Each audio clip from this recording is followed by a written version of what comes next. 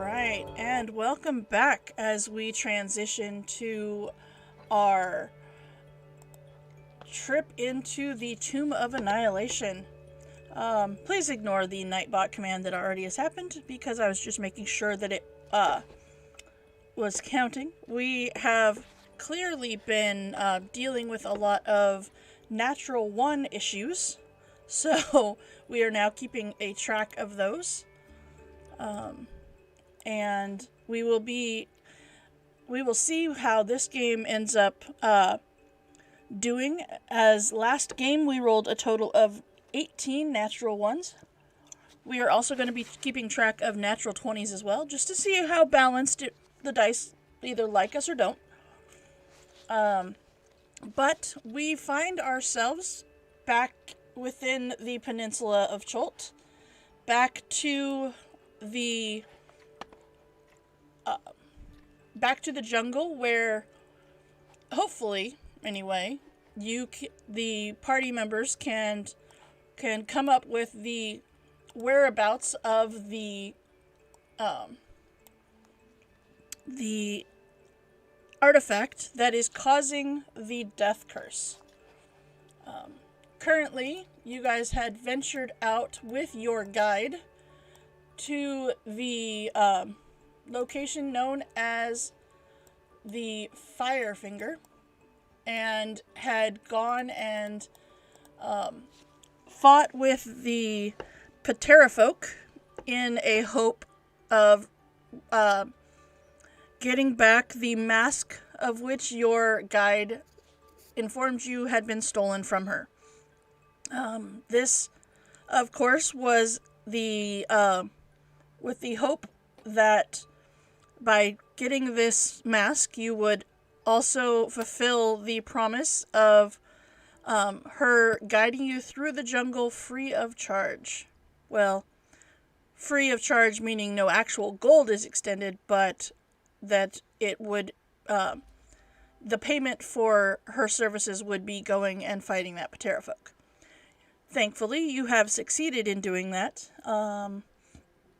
and you actually ended up rescuing an Aarakocra while you were within the Firefinger fortress. And you now find yourselves at that location, the Firefinger location, and trying to figure out what you are going to do next. So, with that, what are you going to do next?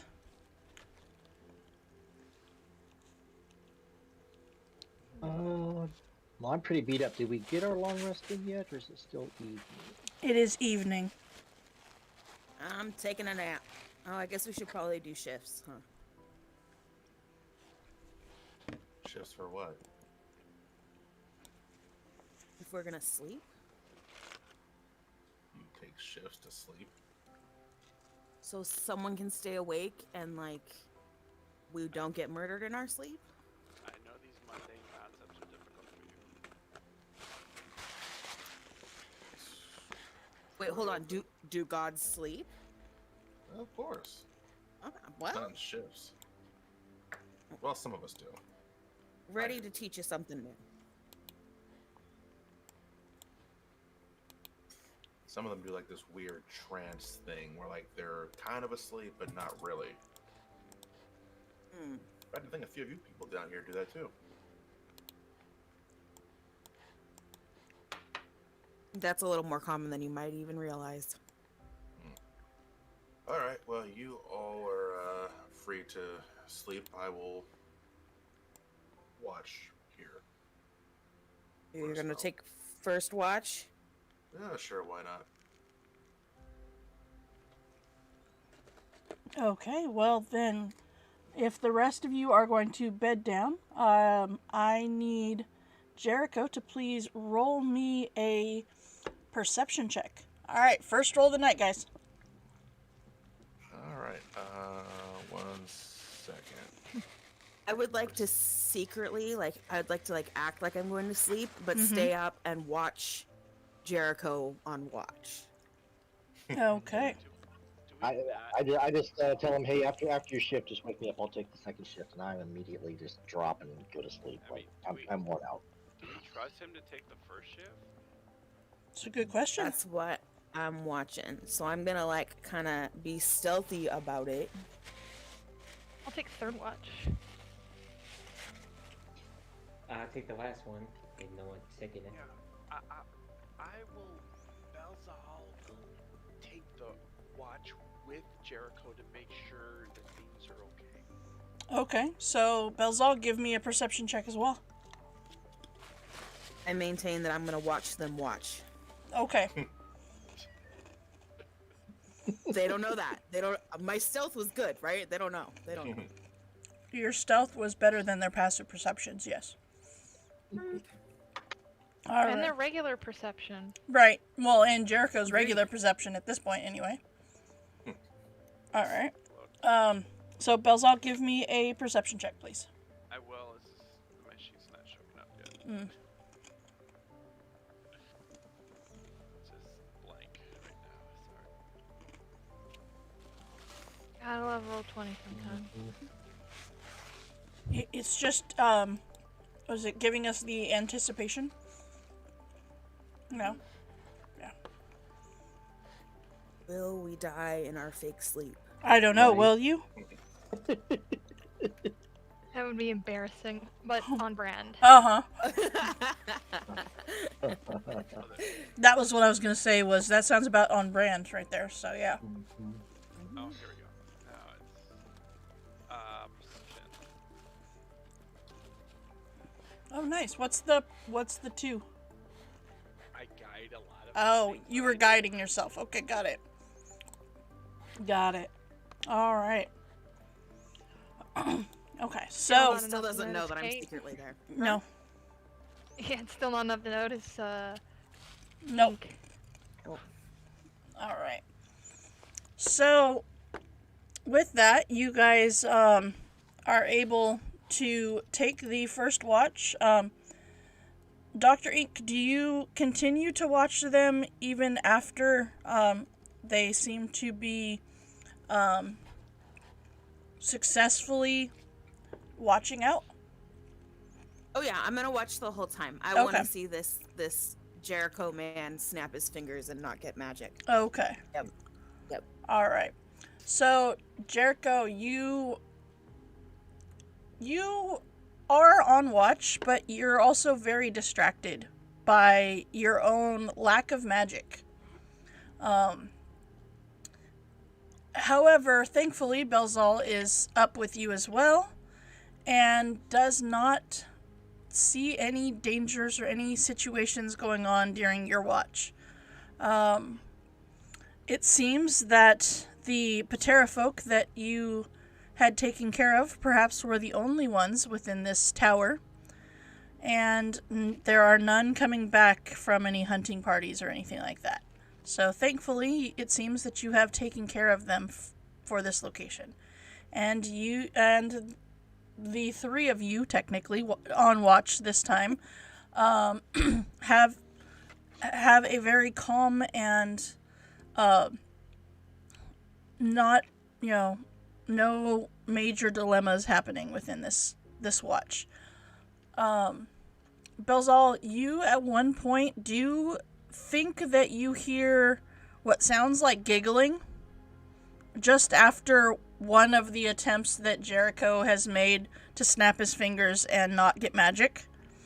You swear that you heard just the smallest of giggles from amongst your sleeping companions. But then it doesn't happen again, so maybe not. Maybe it was just your imagination. But yes. At one point, Dr. Ink, you just couldn't help but giggle when he gets so frustrated with his lack of magic. All right, so with that, the first shift is complete, and I assume that you move on to the second. Okay. That was well done, Jericho. All right, so Axe, I believe that you said you wanted the second shift. Is it my turn already? It is. All right. Time to get up. I'll go sit out. I'm assuming we have like a little fire or something out there Uh on huh. the plateau, Mm-hmm. and keep my back to the fire and my eyes to the darkness so I can see a little bit better. Hopefully. All right. Give me a perception check, please. Okay. Nice. Okay. So it's nice, it's quiet. There's some weird sounds, but you're kind of. Well, you were from here for a while. And, the sounds bring back some childhood memories. It also brings back some memories that you didn't necessarily like either. As you hear what sounds like it could potentially be some of those strange animals stalking the area. But thankfully, nothing comes within the vicinity of Firefinger on your shift. But it seems that there is no one that is coming up close enough to be a worry. So your shift comes to an end, and I believe, who was it here? Rika that was Rika Yeah, that was next? Rika was next. That's right. I was trying to remember if Rika was third or fourth. So, Said third. So Okay. perception? yes, please. So, Yeah. you're up. Yeah. Okay. And You That- could wake her up in the middle of the night. And that is how you play D&D. that is how you play D&D, with a perception of 5. Okay. Yeah, that's that. Like I said, on brand. So Axe tells you that he heard some strange animal noises and stuff out within the jungle, and that just puts you on edge. Jumping at every snore and. You've read about some of the dangerous things that have been within this jungle. In fact, you used the book that Dr. Ink just got from Volo, and you looked up some of the creatures and stuff within it. And if what he says is at all accurate, there's some scary ass monsters in these jungles. I mean, we almost got our asses beat pretty bad by the Terrafolk themselves, like our heavy hitters. Mm-hmm. Not great. Thankfully, you don't actually see anything coming at you from the jungle, but you feel like you haven't done a very good job because you literally are jumping at everything. Yeah. All right. This shift of the watch seems to just go on forever. You know that, by splitting it up into 4 shifts, it should only be a couple hours, but you're still tired. You haven't gotten, complete rest yet. And you are pretty sure that your shift lasted like 8 hours by the time it comes to an end. And you go up and you wake up Lob for the final shift. All right, so Lob, Rika comes up and wakes you up, and it is your shift. So give me a perception check, please.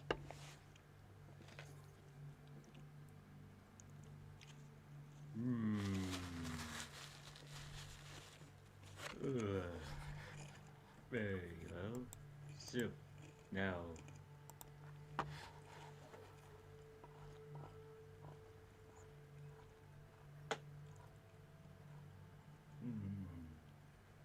So sleepy. So it seems. So it seems. Alright. It's true. She could have gotten you killed with those perception check. She's not necessarily a survivalist. Both of them. My perception was an accidental. I was asleep. She's very perceptive in her sleep, can't you tell? Right? 7 is great perception for being knocked out cold. Uh-huh. Yeah, I would say definitely. Alright. Okay. So, Lob, you go out and Rika also told you about all the weird, strange noises. And you're just from as twitchy and stuff as she was when they went back to go back to sleep. You're not quite sure if you should believe them or not, but as you sit there, you start to hear it too. You hear the shifting of the jungle flora. You hear the crunch of some of the vegetation. At one point, you swear something large went across the river as you heard large splashes of water. Not a lot scares you, but this is just creepy. And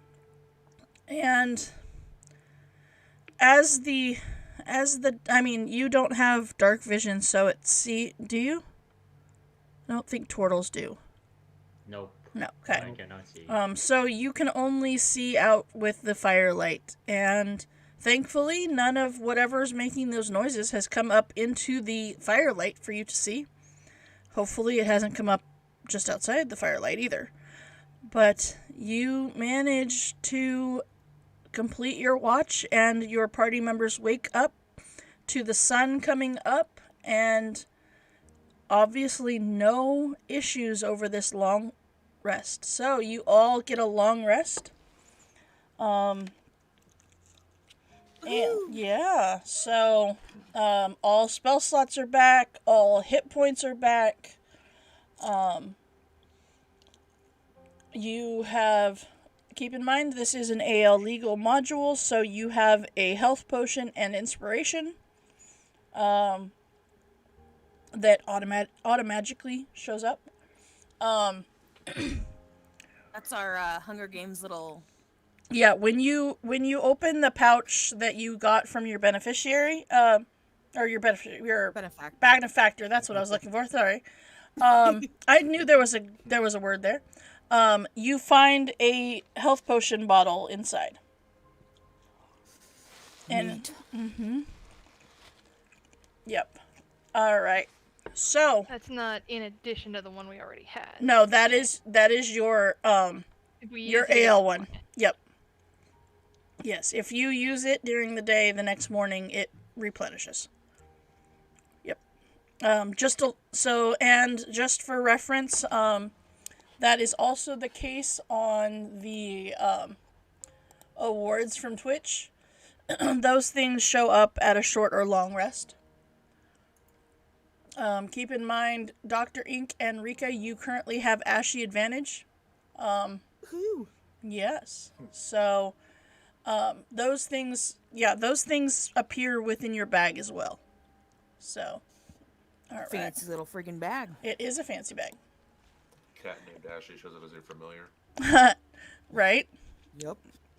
All right. So, the next morning comes.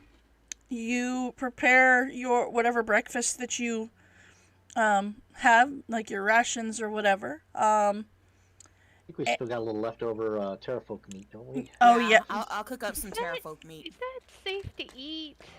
So I ate it, and it was fun. Absolutely. I'll purify it as a ritual. Huh. It'll be I fun. promise, Rika. It's... that's not as reassuring as you want it to be. Well, we ate well, it last I mean, night. we've eaten weird shit before, and they're monstrosities, right? They're not evil, No, they're not Technically. people. but they have culture, right? Technically. They also have meat, which is right here. You don't want to waste it. Like, what's going to happen to it up there? We don't And- waste. Just to point this out, we ate it last night, and we're both fine. Oh, buddy, wow, that's a lot to take in. But Oh, I'll good eat a good berry. berry. I'll eat a good berry if they're being offered. I'll eat my meat. You need protein. You'll see Oh, you want one? Belzal doing a ritual to purify the terrafolk meat to make sure that it is clean of any poisons or disease. That's fair. It's probably a good call right there. I'm slathering on Want more of one? that You can have insect one. repellent. Okay. Yeah. Insect repellent, terrafolk meat. I'll look around in their storeroom. Does they have any like water or food rations or anything in this? There storeroom is over water, yes. There is. Bring that out to anybody that needs water. And Belzel, do you mind saying a little prayer over this stuff too, just in case? Yes. May Leaky bless this bounty of water that we have gotten from our foes, fallen game. Let us partake in this water and food. Hopefully that will give us the strength necessary for our journey. All right. Okay. So with that, you can refill any water skins that you had been drinking in. With Do they have any alcohol? no. Why is the rum always gone? Right? Then I can only fill one of my water skins. Did you already finish the one that you filled up in Port Nenzru? No. I feel like I'd top it off. I'm just asking. I've been keeping it pretty chill. May have had a little bit last night, but before bed. But I've been keeping it chill. Okay. You gotta have something to wash the meat down with. Right. Might take a little swig right now to help that protein settle nice. There you go. Okay. Did you want some as well, Jericho? I will partake. There you go. Okay. So, with that, where would we like to head this morning? As your guide, comes up to you and says, "I appreciate your help with this situation, and my word is my bond. So I will take you wherever you need to go within the jungles. My services are yours." What is that mask to you? Is it a family heirloom? What is behind the story of it? It is a family heirloom, yes. That it is.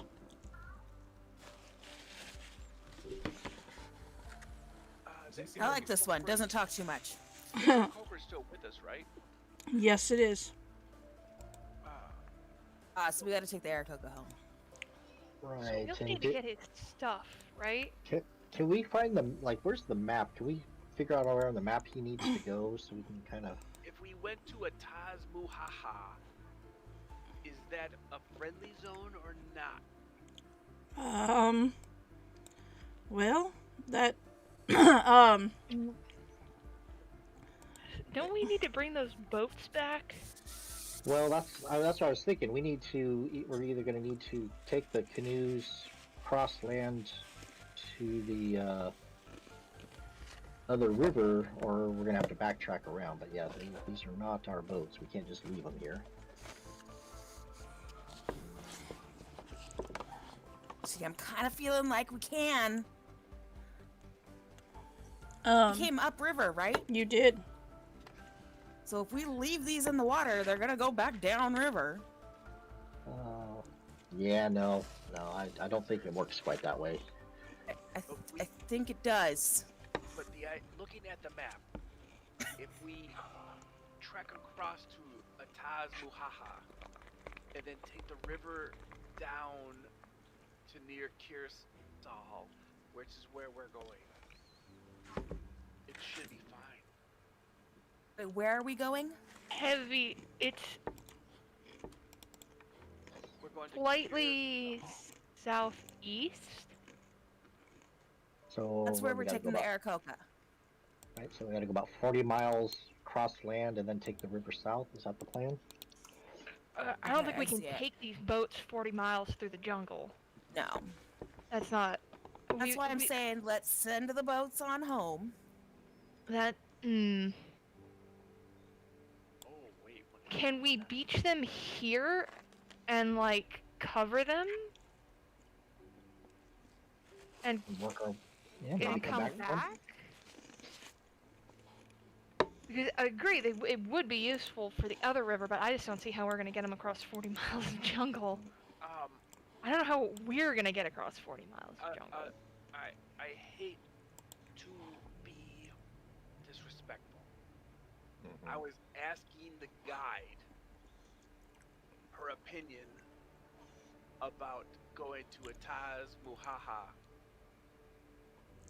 What do we know about that place? So she tells you that is where the shrine of Uptau is, or there is at least one of them. It is also known as the Laughing Gorge, as it is a gaping chasm crossed by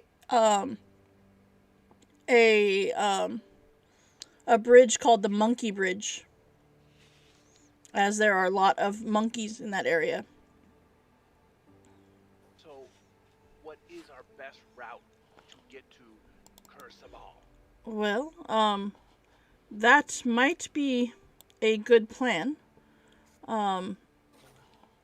To traverse that way and then work your way down the river. As this, I mean, we could go straight downward towards Kursabal through the jungle. However, either way is going to be difficult. I agree, though, that making your way across the jungle with the boats is probably not the best choice. As it seems that it might be more difficult to make our way through the jungle with that. But when we get to Ataz Muhaha, are we going to be able? We're not going to be able to purchase boats. We're going to have to build some form of raft. Yes, if you do not take the boats with you, then yes. You would have. Well, it is not necessarily a community. It is more along the lines of a just the shrine there and a bridge that spans across the water. What about Mesro? Well, let's see here. Mesro, the dead city of Uktau. Let's see. Let me get you. One's dead, or is it dead because it's full of living corpses? Well, What I understand, it's full of living corpses, but that is just conjecture and rumor. okay. Let's see here. Scrolling. There it is. Well, it is said to have been destroyed by the spell plague, and it is mainly ruins now. And I say we just start heading south and fill in some of this map on our way. That's my vote. Or maybe we could take the river all the way down the river and then beach the boats there and then cross. I like it. Yeah. Could work. Because I think if we try to go back down the river, Port Nanzaro, we're gonna be on foot in the jungle, and we're just gonna lose even more time. Yeah, I like that idea. So, Yeah, and we'll worst We'll comes figure to the worst, boats out. yeah, we'll pay him back for full price for the boats if we can't ever recover them. Or we'll all die horribly in the jungle, so we won't have to worry about it. Sounds good. That's fair. Like the optimism. Mm-hmm. Question about the map. Yes. Is that like a gorge or a mountain? yeah, that's what I was Where? wondering where this river Tairiki Like right through here? flows into. It's a mountain. It's a mountain, so Mhm. it goes up into the mountain. Yes. Okay. Or But we whether may only be able or to take the canoe down for maybe from 10, the mountain. 10 miles, and then we got to get on foot anyways, right? Right. But 10 miles on water is a lot different than 10 miles in the jungle. It is Agreed. true. Agreed. And who knows, there might be something at the base of the mountain, just a place to stash the boats. Right. Because we can't trust that the Terrafolk won't come back to Firefinger and trash our boats anyway. I think that's a good plan. I think it's the only plan we can go with, considering the things we need to do We'll take the boat to as far as we Yeah, can, a and little then farther. Okay. Then trek across. Okay. All right. So how far can we get the boats? Is it just here, So, or can we get- No, you can get it up into this part. It's just it kind of goes around a mountain pass right there. So you can get it to, okay. So if you would like,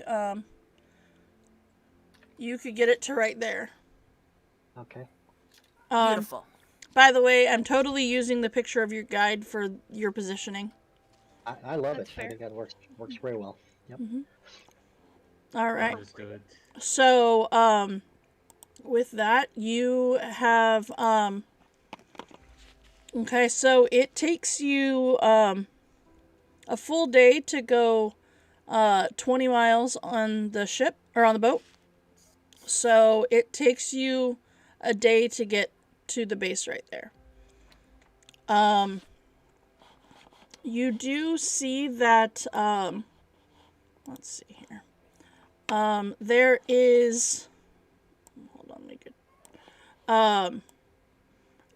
this whole situation is a weird, it's a weird, like, everything in this land is just strange, and, but you are able to go and find you what you believe is a fairly comfortable location, to,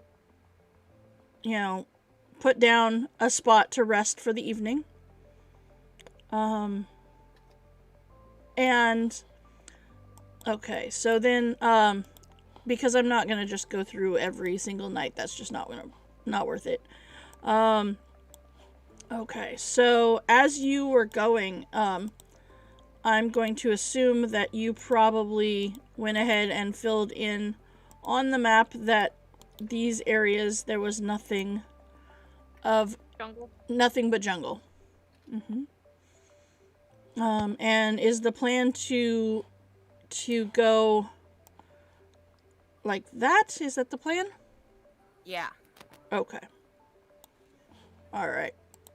So with that, you are on land for the evening. The next day you get up, and over land you can only travel one square or hex a day. Right. Okay.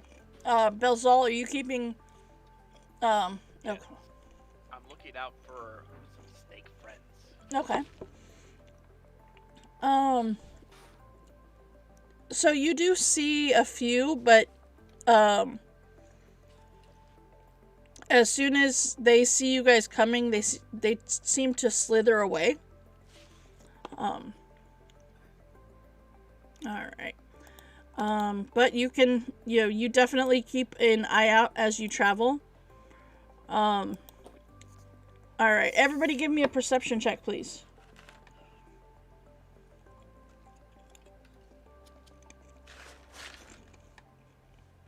Who is? Everyone. Everyone. Oh, well. Everyone. That, Okay. got it. Ah. Huh.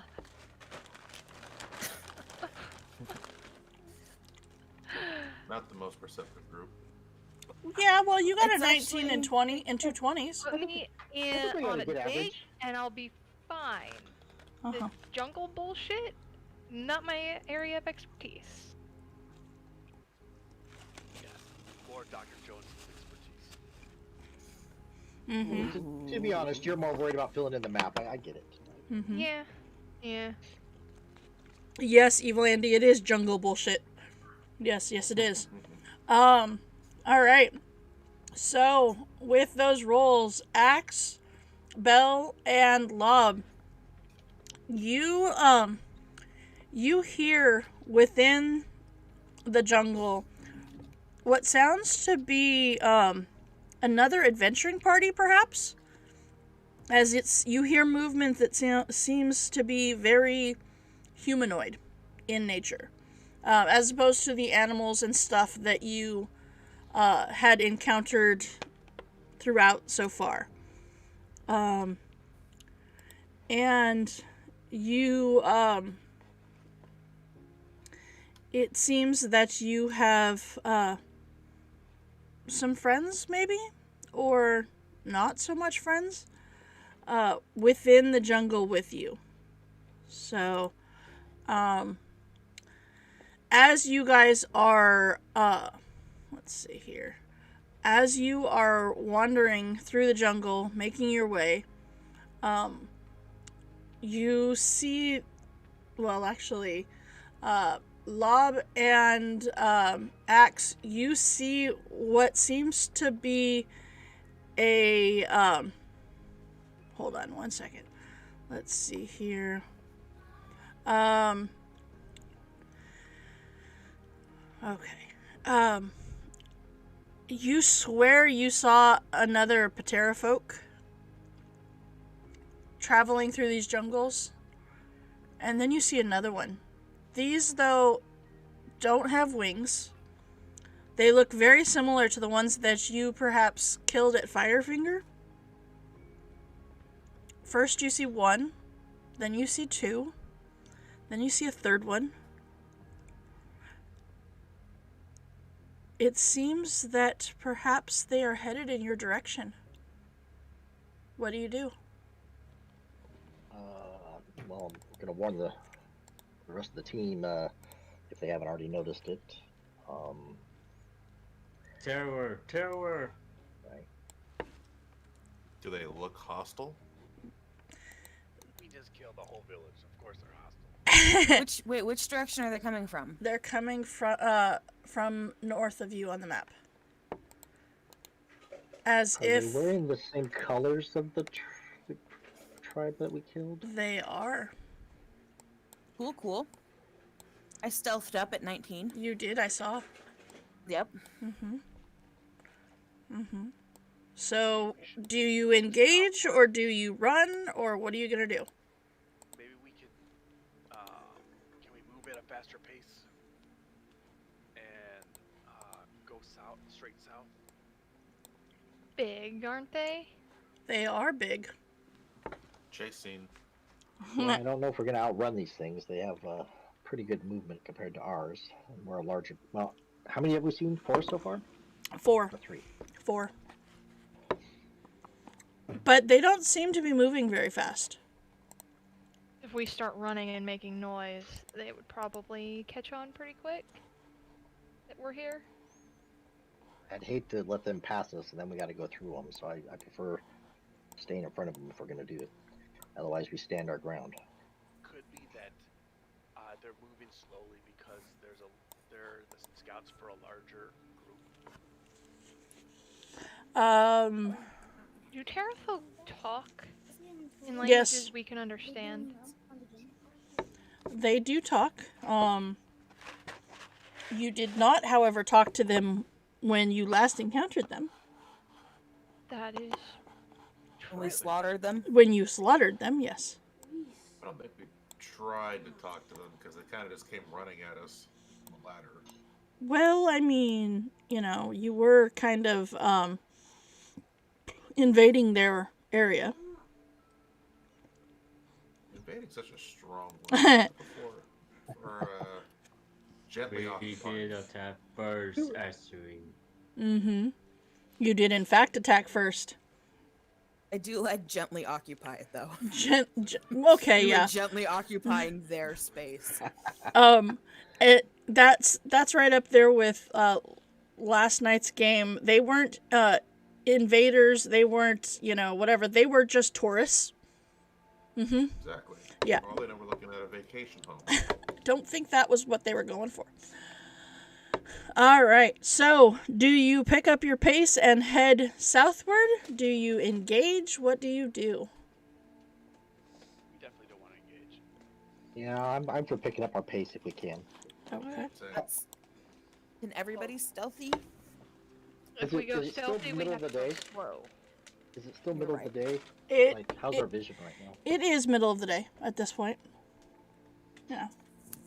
So the canopy is pretty thick, but you still, lighting wise, there's enough breaking through to give you the ability to see.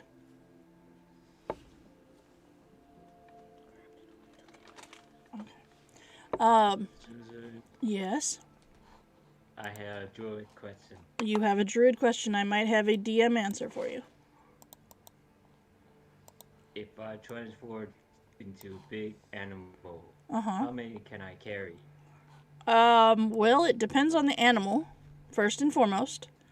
And going through the jungle, it might perhaps be difficult terrain depending on which animal you choose to go with. What are you thinking of turning into?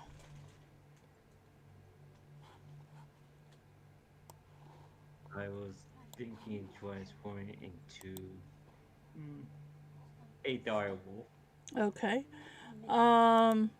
So a dire wolf's strength is 17. Okay, so you would be looking at. Hold on, math is hard. Let me get the calculator.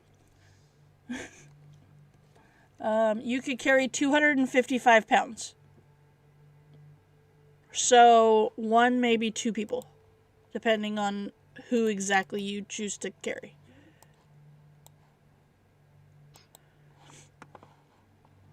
But it would be difficult terrain with it. Well, so direwolf is a medium creature. Large creature. You would be okay. In this instance, you would be okay if you go if you were thinking like mammoth, where it's like huge or whatever, then it would be a little difficult terrain. But a dire wolf right now, you'd be okay.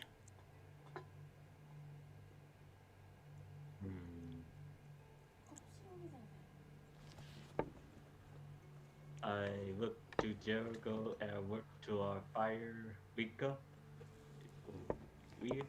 Yeah, Rika. Rika? Mm-hmm. And as if you want to go fast, I can help, but do you trust me? That is a question. Do you trust him? That is a very good question. I'm willing to give it a go.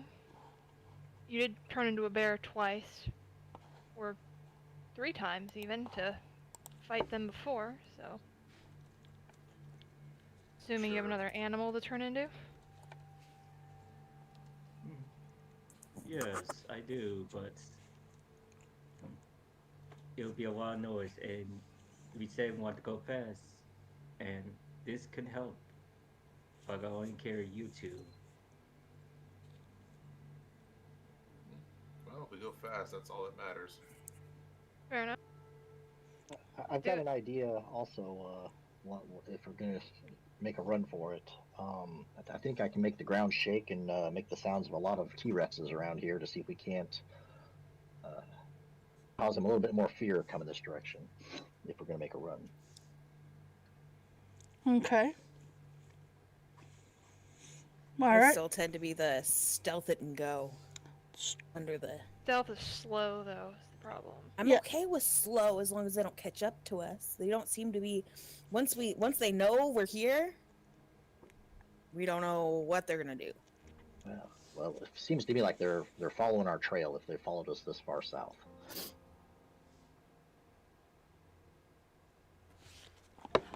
So what are you Hey, gonna do? I'll do what the group does. Okay. Are we going to make a run for it or stealth? I guess group vote. I would say Either just way. make a run for it. Say we should move with a quicker pace. I agree. Okay. All right. So do you turn into the dire wolf then and grab the 2 party members? If they accept it, then yes, I do. Jericho, do you accept? Or do you Sure. want to be on foot? Yeah, I'll go on the dire wolf. Okay. So, okay, and Rika? Get on the dire wolf. Okay, just checking. All right, so the 2 of you hop onto the turtle turned dire wolf. Turtle. Turtle. Turtle wolf, yeah. He's a dire turtle wolf. Yep. That's difficult to say, and I haven't. A mouthful. Yeah. All right. So you head off, and you guys end up, I assume, in order to be quick at this, you end up using your dash action. And as we leave, I'm going Uh-huh. to use Thermatology and Okay. cast it towards the Terrafolk. Okay. And I'm going to make the ground shake and the sounds of multiple T-Rexes heading towards them. Okay. All right. And cover our noise, hopefully, with the ground rumbling and then the noises of the T-Rex. I'm hoping to cover our noise at the same time. You feel that is the case. Now, my question is, Dr. Ink, are you doing this stealthily or are you moving with your party? I'm moving with my party, but I might be swearing in orc. That's fair. That's totally fair. All right. I just ask because moving stealthily is half your movement. I know. Because I you're was trying all to. for that, but my group wants to go fast, so I swear in orc and go fast. Okay. All right. Everybody give me a perception check after you have moved about 5 or 6 miles. Check to see if you can see them behind you. I'm winded from running with all this armor. I see our first. Right. Yes, but Not that's a one. D4, so that doesn't count. Oh, never mind. Although I Who's was, gonna get the first one? yeah, I'm waiting to see who's going to get the first nat 1. All right. Okay. I have another druid question. Okay. I'm a dire wolf, so Right. I have advantage. So by the time this happens, you are out of dire wolf. Because how long can you have dire wolf up? I say before tomorrow hours half your druid level, Right. so 1 hour. 1 hour. So yeah, this is well past that. As it's like 5 or 6 miles. So, and you can go 10 miles a day. So on a regular pace. So it's been a while. You using your wolf. You were able to get a little bit farther ahead. Before you had to drop it and end up walking. But you, so you do not have your wolf form. It is just your perception check. Just in mid-stride, he turns back into a turtle with us on top of him. Right. Exactly. No, so that's one of those things with polymorph and wild shape. You know when your time is coming to an end. So he will have stopped and, you had gotten off. All right. So, Jericho and Rika, you look behind you, and you see no sign of the Patera folk following you. It seems that with your burst of speed, you thankfully have gotten far enough ahead of them to no longer be able to see them behind you. Hopefully that is enough to perhaps make your way without having to encounter them. Alright, we are in the clear. Okay. As long as we didn't leave a big dire wolf track leading them straight to us. Well, that only lasted. I'm sure I left plenty of trail behind me. I'm just busting through things in my armor. They may Yep. not know he was a dire wolf. For all they know, it's just a wolf. It's true. This is all in character. I'm just saying. I'm just saying. All right. Are we ready? Are we ready? Are you? I don't know. Are you? I'm ready. I'm assuming the Arakoa kept up with us. Yeah, or yeah. He's helping lead the way a little bit as far as the direction we're supposed to be going. They are. Between him and your guide, you're good. You are not lost in the jungle. And we just ran past the fork in the road we were supposed to take or something. Right. All right. So you continue heading south. You have slept for the night, but you do make your way, and it is when you get to about there that you can now see that you are next to the river, and your Arakoka friend says, "The village is just across the river and through some trees." And you see on the map, Rika, that he is in fact telling the truth, that it is just across the river and through some trees.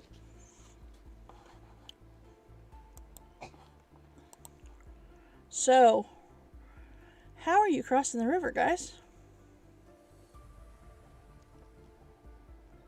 How wide is the river? It is... Hold on, I don't remember. Let's see here. It is... I'm having Oregon Trail flashbacks. That's no fair. Dysentery, no dysentery. Come on.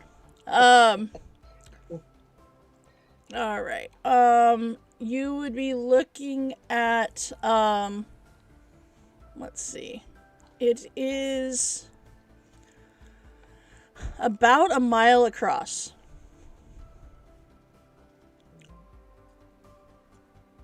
A mile across. Mm-hmm. That's a big river. It is a That big is river. Freaking huge river. Well, you have to understand these hexes are 10 miles, so it looks approximately like it would be a mile wide. I'm thinking to myself, bringing those canoes might have been a better idea. Let's see. If you would have brought the canoes, you wouldn't have made it away from the Pterfolk, I though. suppose. Yeah, right? Mm-hmm. Oh man, that bridge across the ravine is looking mighty fine. I'm gonna ask the Arakoa. Is there any way across this river for creatures that can't fly? Well, I think there is, just a little bit south of here. I think that it's where the river gets a little bit smaller. I think we can make it across there, and he's referring to the one that is just south of you. So he's referring to right here. Another 10 miles south. Mm-hmm. Well, look at the turtle. You can turn into a bear. Can't you turn into like a giant fish thing we could ride across? Boy, fish. Let me try. Think. I got nothing. Okay.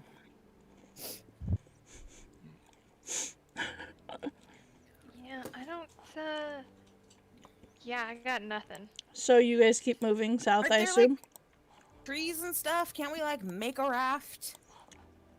You could. But you can try I mean, anyway. not me, but... Huh? You can try. Why Why not you? I don't know the Gathering first thing fun. about making I'm really good at watching people do things. That's pretty much I'm so good at that. I'm sure Dr. Jones would help us. Oh. Dr. Jones is a punk ass bitch. Dr. Jones wouldn't have made it this far into the jungle. No, he would have, because he would have found somebody way better at stuff, and then made them do all the work, and then taken all the credit. Who is Dr. Jones? I swear more in orc. Belzal is going to start getting stuff together to create a raft. Okay. I Give me a can- survival check, please. Oh, never mind. You Put did. it in there. I see it. All right. Yeah. He will start directing them the ways of Maliki and the way that you should do this. Will not be too taxing on you, but it will be educational. And how I wide have is the some river rope. at this point?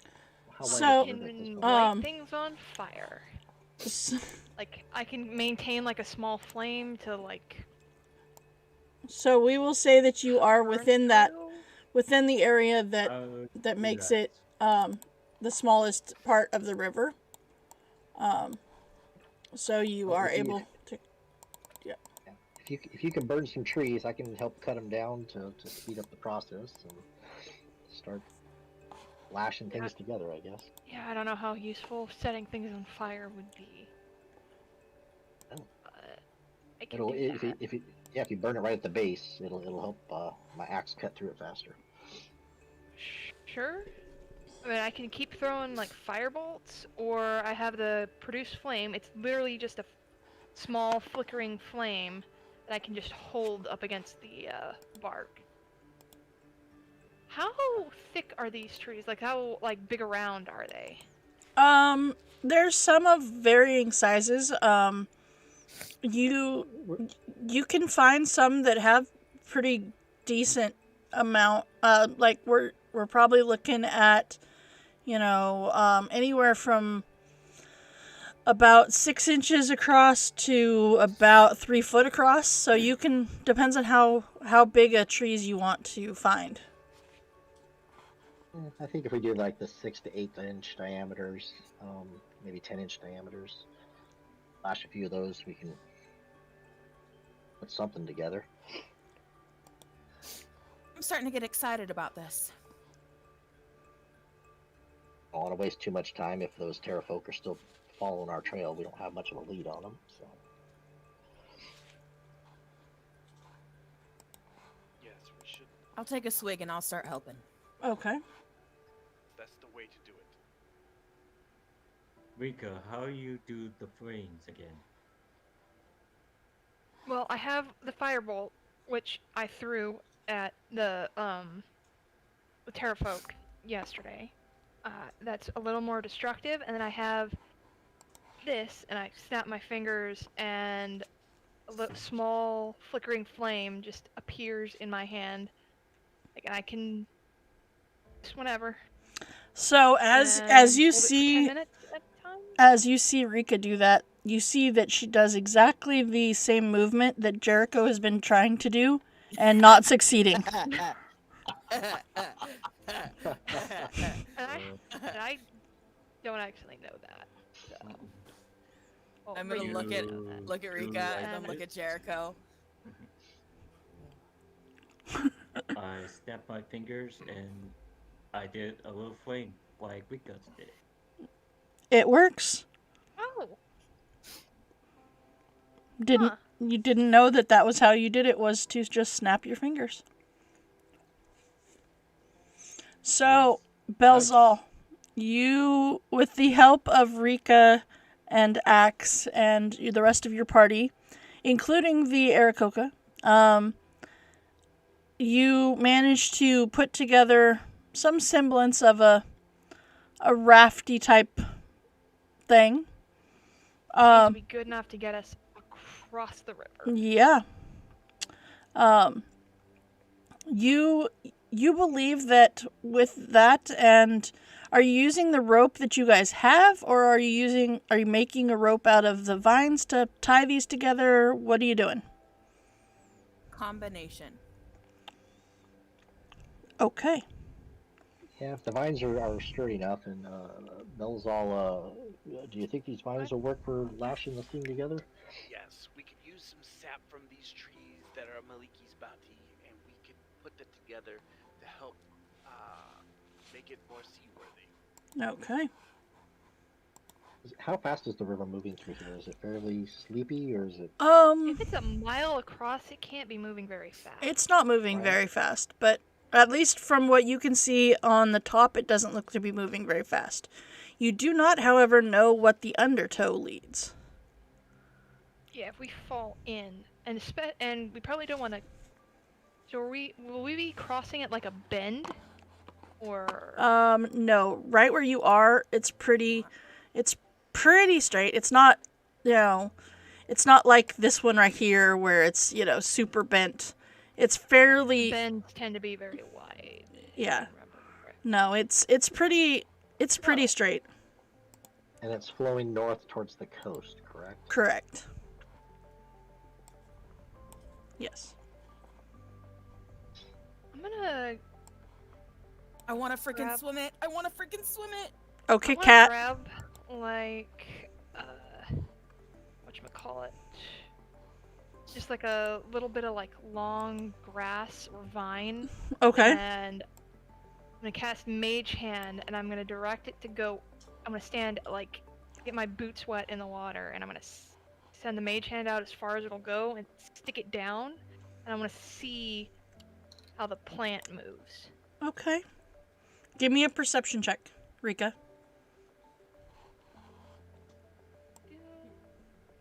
Let's bring it up. Perception. Hey, that's not terrible. That is not terrible. All right. You do that, and you I mean, it only goes like 30 feet out. right. So laying on the surface, the plant seems to be not moving very fast downward. You get the feeling that you might be able. It may take you, a little bit of time to get across, but you should be able to cross here with the movement of the water. Okay. But if I send the Mage Hand further, like deeper underwater, does the current pick up? It does. Is there like an It does. significantly, or? No. But it does seem to be moving faster underneath. Okay, but enough that a person could swim against it, or? Yes. Okay. Yes. I plan to swim next to the raft. Okay. I'm gonna ask our Eric co-friend if he can fly. Can he hang on to some of the rope and help tow us across, just to help us along with our efforts? Of course. Of course we can do that. No problem. Before we go, I have a waterproof case to put my spellbook in. Of course. Spellbook is not waterproof. Yep. Okay. Yeah, you Satchel definitely. I've got. Mhm. Yeah. I can still use it, Yep. but it's protected in case I fall in the river. In case you do. Exactly. All right. So you get this raft situated. All right. How, just out of curiosity, other than the Aarakocra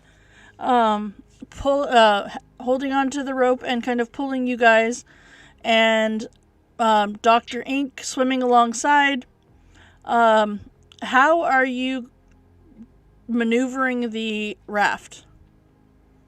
Other than those two instances. I would find create paddles and such. Okay. Form of rudder. Okay. That's all I'm asking.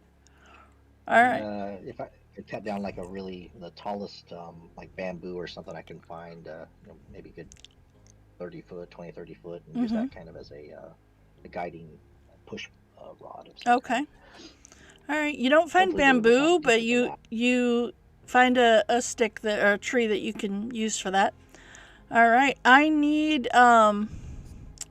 let's see. Who is manning the oars in this situation? I guess I would be one of the people. Okay, Axe. Belzal. Okay. Or you'll be on the rudder either way. Okay.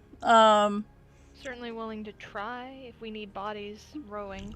Well, no, I think that would be good. So Belzal and Axe, I need athletics checks. Dr. Ink, I need an athletics check from you as well, please.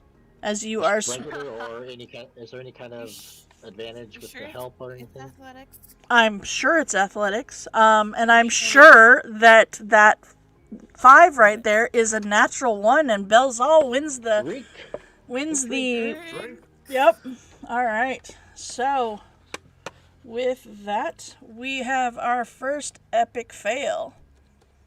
All right. We have rolled 1 natural 1. All right. I like that SIP is in all capital letters. Like, dudes, don't go overboard.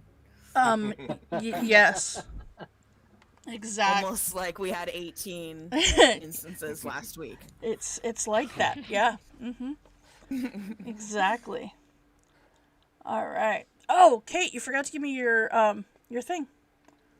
Oh, I did. I thought about that today, and then I fell asleep. That's fair. Dude, going to the zoo almost every day is exhausting. It is. All right. So,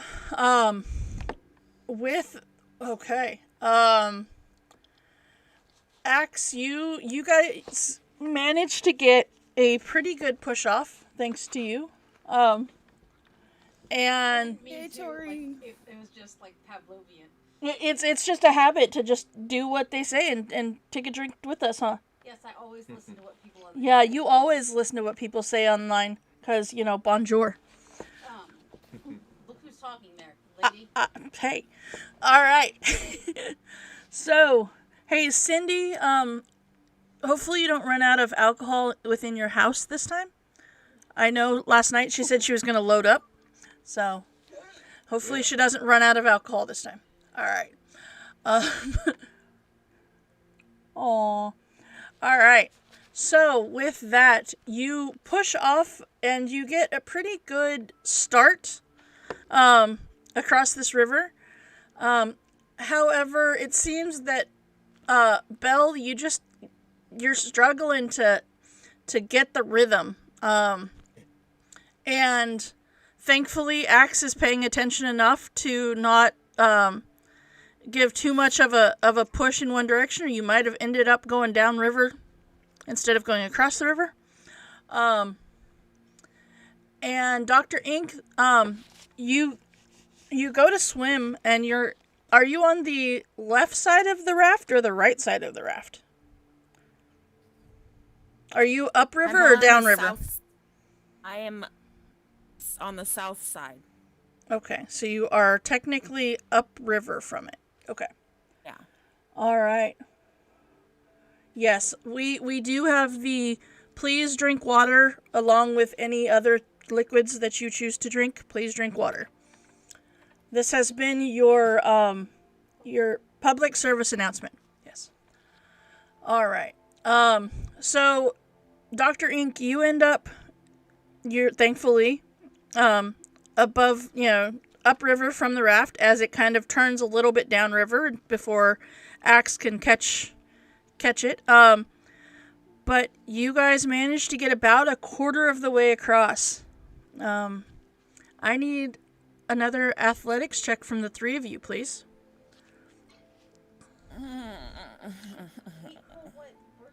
You're sure this isn't acrobatics? I'm not being fancy. I'm pretty sure it's athletics. What? No, she's swimming alongside. Yep, that's with an Oreo. That's an All Oreo. right. Oh, dang it! I should have ordered Oreos. Oh man. Dang. Marshmallow chocolate. I'm telling you, that's the flavor right there. Dang. I knew there was something that I forgot. Put it on the list and I'll remind you. All right, we have rolled a critical success 1 time. in the stream alone. Woohoo! Eat food. Yep, that's what he just said. It was worth an Oreo. Dang it! I forgot to order Oreos. Wait, Huh? Susan, Yes. did you ever tell everybody what you got for Valentine's Day? Oh, I could eat that. That's a good idea. So we had a special Valentine's delivery, and I got a bag of all marshmallows from the Lucky Charms marshmallow. Nice. Yeah, Nice. that's true. I could eat those. I didn't think about that. No. Tori says no. Okay. Yeah. Because I will just keep eating them. Yes, this is a true fact. Find a Valentine. Okay. All right. So, okay. This time, I'm a mean wife. this time you managed to, Belzal, you correct the path, of this, well, sort of floating barge, actually, or raft. And you managed to get it back where you are, going somewhat straight across the river. Dr. Ink, the undertow is a little bit more difficult out here in the middle of the river compared to how it was near the shore. But thankfully you are holding on to the raft at the same time. And you managed to just go right along with it. All right. That is 2. Okay. Give me another set of athletics checks, please. And yes, it is athletics, Kate. Golly. Wait, nope, Susan, that's not a nat. Susan, That's not a nat. Susan, It's not Yes. that, because I have a -1 to athletics. Susan. Yes. Before she started rowing, I sort of just help her out. This is how you row. She's not rowing. She's swimming alongside. Badly. Yeah, I was doing fine for a little while. you were. I'm So, sure it's not a sleight of hand check to swim. You- Sure. Is your hand cutting through the water? you're. I'm gonna go with pretty sure on that. That's Oh, not. okay. Yeah, pretty I'll sure. defer to the DM in this case. Where'd Dr. Ink go? Is she stealthing again? I have no idea where she went. Yeah. Oh no. Just floundering in the water behind the raft. Oh. Kate, Tori played the fire those dice sound effect for you. Thank Fi- you. All right. So, this time, Axe and Belle, you pretty much got into the rhythm. You guys are, moving along pretty consistently. However, at one point, the rest of you look over, and where Dr. Ink has been swimming, there is no Dr. Ink. You kind of look around the raft, and thankfully she was on a rope, holding onto a rope next to you guys, because now she is trailing behind the raft. As she Not underwater. is not underwater, but she is trailing behind the raft now. All right. Do you want me to try pulling you onto the raft by the rope, Dr. Rank? It's kind of like when your dog doesn't want to walk anymore, so you just drag it. Pretty much. Lays down. Just lays down in the middle. Oh my god. Yeah, pretty Didn't realize much. There's a mile across this thing. I'm tired. So Yeah, Rika. so at this Pulling point, trying to pull the rope in. so as you start pulling the rope in, you see Dr. Ink, and she just turns over onto her stomach and just does that whole, drag your dog. Yeah, exactly. Not helping by any means. No, I'm not. No. Rika, give me a athletics check, please. I have noodle arms. Yeah. Athletics. Yeah. Yeah. Okay. Hey, Hey, it's 10. it's 10. That's a double digit. It's a double digits. Mm-hmm. That's what I was going for. Where's my 0? That's that terrafolk meat. Gives you a little extra energy. It went into the water and went floating down the river. That's where your 0 went. Yep. Uh-huh. All right. So you are not able to pull her all the way into the boat, but you are able to But pull closer. her back where she was. Yeah. And you can manage Try to again next round. right. Yes, exactly. So, in the final leg of our journey across the river, Belzal and Axe, give me another athletics check. Miss Kate, here's your last chance to see if you can swim to... You see the shore! Dr. Ink, you see the shore. Are you going to swim for it, or are you going to just be drug along? I'm just gonna be dragged along. Okay. I've given up. Okay. All right. So with that, you guys managed to make it across the river successfully. Okay. Congratulations. You didn't die. Nobody got lost on the trip across the river. It's almost better. It's almost better than that video game we all played as a kid. No. Almost better. None of us Eat your got words. dysentery. That's true. Nobody has dysentery. I was just gonna ask. Mm-hmm. By the way, we have that card game if you want to play later, Kate. Oh, you do? I do. Both that and the additional pack that goes with it, yes. Yeah, buddy. All right. So, with that, you have made it across the river, and with the help of your Aarakocra friend, can easily make it to the monastery that is his home. And if you would zoom out, you will find that the center of the map will show you. There we go. It's built into the cliff face, like the is. Meteora in Greece, I think. Uh-huh. It is, in fact, built into the cliff face. It would make sense. Mm-hmm. Flying creatures, sure. Yep. All right.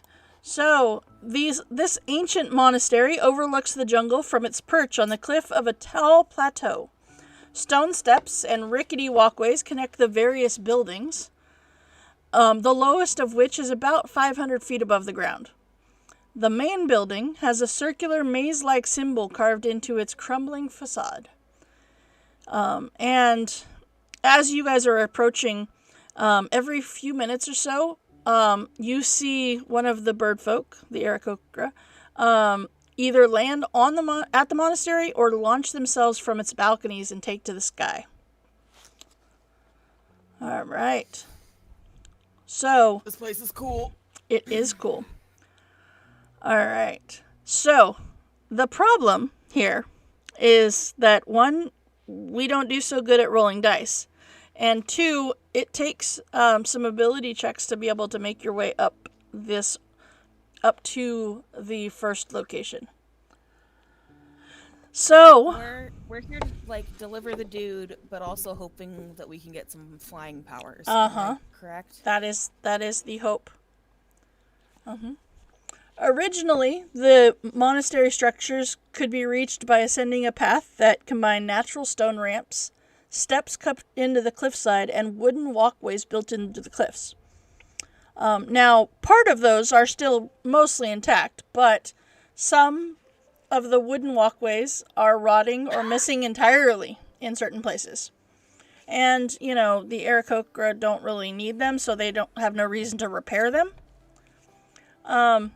So if you would like to head up into the monastery, you must climb up.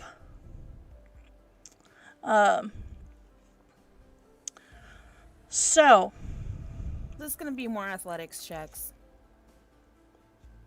Rope and grappling hooks and pittons and climbing equipment. Oh, yeah, I have some of that stuff. Mm-hmm. Yeah, we've got grappling hooks and ropes. And Mm-hmm. And hoping our I friend that have we rescued- Featherfall, That's the important one. Right. Mm-hmm. but I can Well, I'm only do it hoping our friends. 3 times.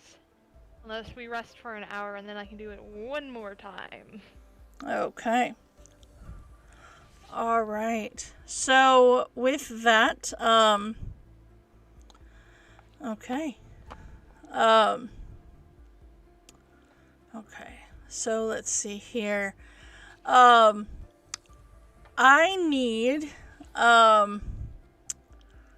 let's see here. I need perception checks from everybody, please. As you start the ascent.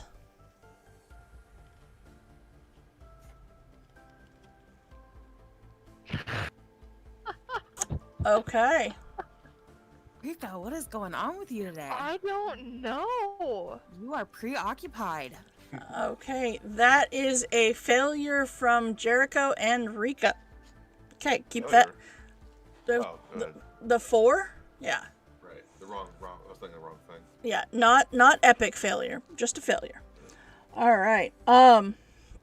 So you start climbing up, and the majority of you are able to, looking at the wood and rotting planking and stuff, you're able to choose your right footing. Jericho and Rika, you feel confident in your choices. However, there's a couple of times that you both manage to put your foot down on one of the boards and it breaks underneath you. But you are able to catch yourselves, thankfully, as those two spots both had the railing to it. So I need everybody to give me an athletics check, please, to climb around the gaps in the walkway. I am going to drink first. Okay. Are we able to use our ropes and pittons for any kind of help, or is this straight up athletics? Well, are you tying yourselves together, or... Because a pitton you would need to be able to, Anchor it into the rock. yeah. And this is like We've got- trying to get across gaps in the wood or the walkways. We would use like grappling hooks. You can if you want to use grappling hooks, you can do it with advantage. Okay. Definitely. Yep. Yeah. Okay. Okay. Athletics. Hey! Okay. Double digits! Yay. I bought a grappling hook. Okay. I did not. You did not. So, unfortunately, Dr. Ink and Rika, those are still both failures. I've assumed. Mm-hmm. I was glad for double digits on one of these. So I will give you the choice. You can either take bludgeoning damage from the fall, or you can gain a level of exhaustion. I'll take the exhaustion. Okay. How far down would it be? 30 feet. What does the level of exhaustion do? Disadvantage. I would have definitely tied myself to somebody. I mean, I'm... Disadvantage on further ability checks. On all of them? Uh-huh. Okay, cool. That'll be fun. You want to go for the exhaustion? I'm taking it, yeah. Okay. Rika, what are you doing? Featherfall. Okay. Alright, so you managed to not take any damage, however you are 30 feet behind your party now. Yep. And down a spell slot. But and- I took no damage and I'm not exhausted. There you go. I'm Alright. exhausted and drunk. Well, you're not Susan? drunk, but you're getting there, yes. Is this a new day or same day? Same. Wait, new day from what? From the river, it's the same day. Yeah, Fro- coming across there. Yeah. But not from the running from the, whatchamacallit. Correct, not, yeah. New day from You that. would have your B shape. By the way, Lob, you didn't give me an athletics check. Because I was thinking, Okay. Whoa. those things roll, and so does the player as well. Okay. Before I do it, I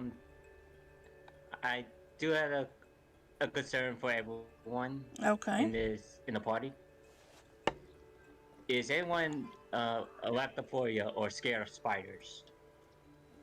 Spiders. Nope. I was in that pit of them. I feel pretty comfortable around them. They are all my leaky creatures. He did not ask if the DM is okay with this, and the DM doesn't like spiders, but that's beside the point. Well, I asked everyone in this group. DM, No, I'm just saying. No, you're good. You're good. That's what Dr. Ink says. You'll Okay. be fine, friend.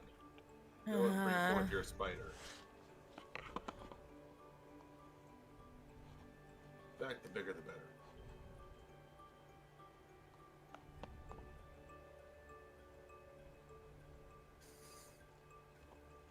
What are you doing, Lob?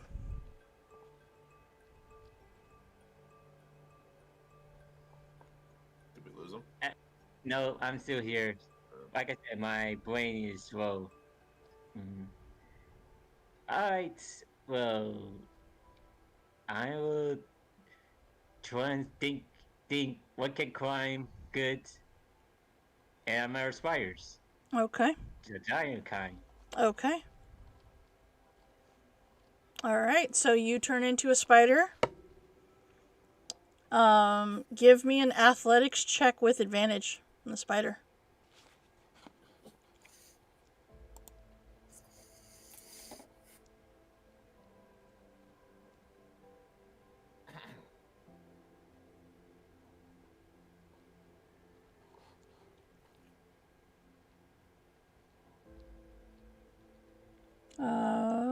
Did we give you a giant spider? I think we just gave you the regular spider, huh?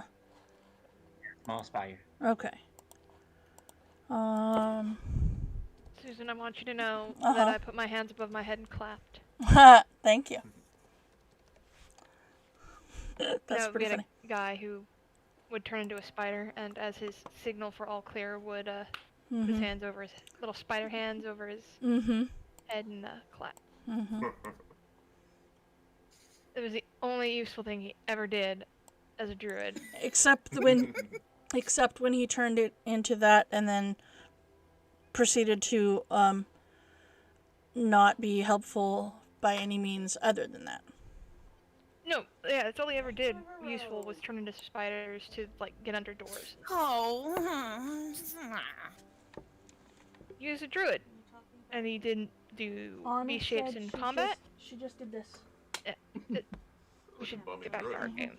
Right. Turn into a spider to sneak into places. Alright. Yep. Alright. So let's see here. Okay, so you turn into a spider and where did my spider thing go? I don't know. Alright. I tried to bring it in here and it oh, there we go. I found it. It was in the other section. There you go. Coop, you should have access to the giant spider now.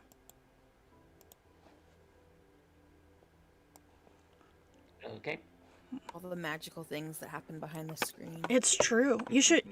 I was to say, you could watch my DM tips and find out some of the magical things that happen behind the screen. True.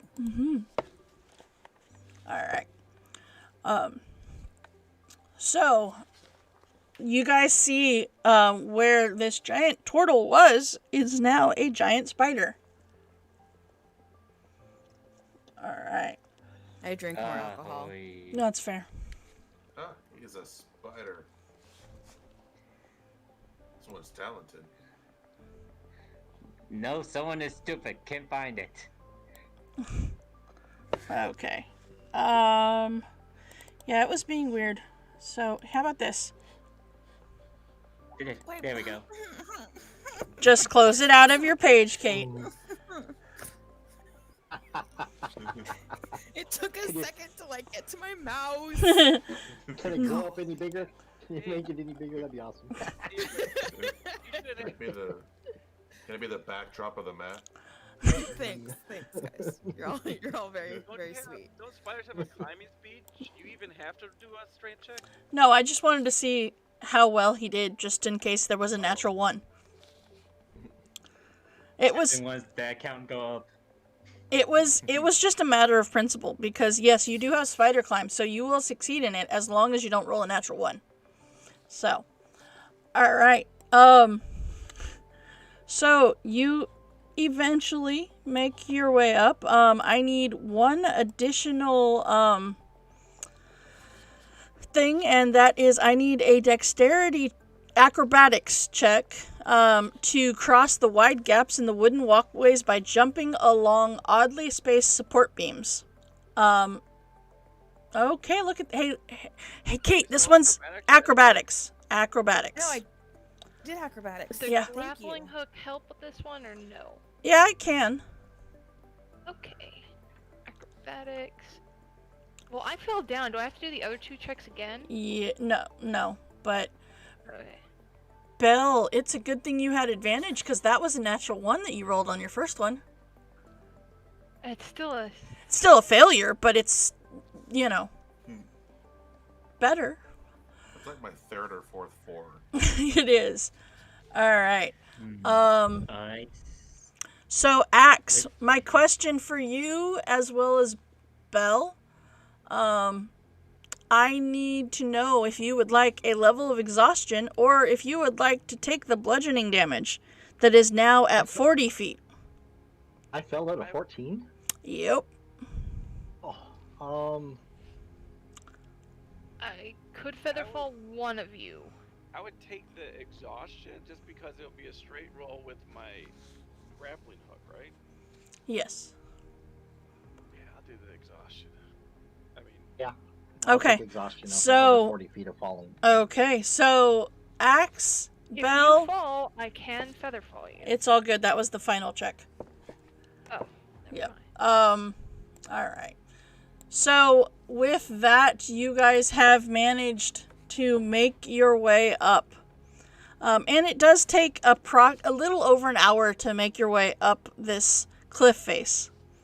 All right. When you get there, you see that there are several different types of buildings within this area. But you make it to the large building here. And your friend says that is the actual monastery. Where, when you walk into this monastery, yes.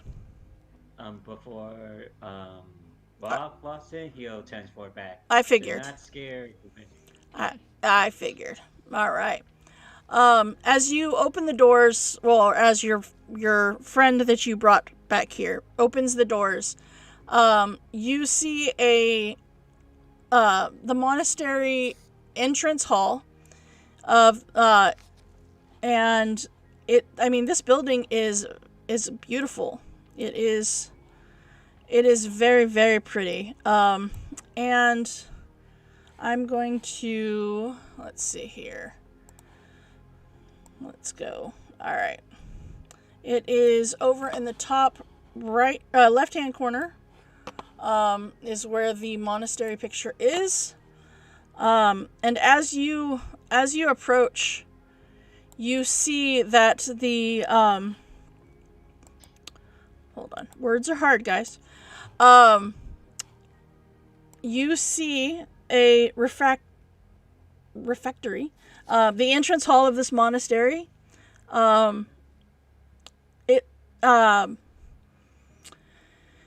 It has, well, let's see. There are a couple of different areas leading off of this area. You see that there is a doorway to the right-hand side. And there is what looks to be a hallway of some sort along the left.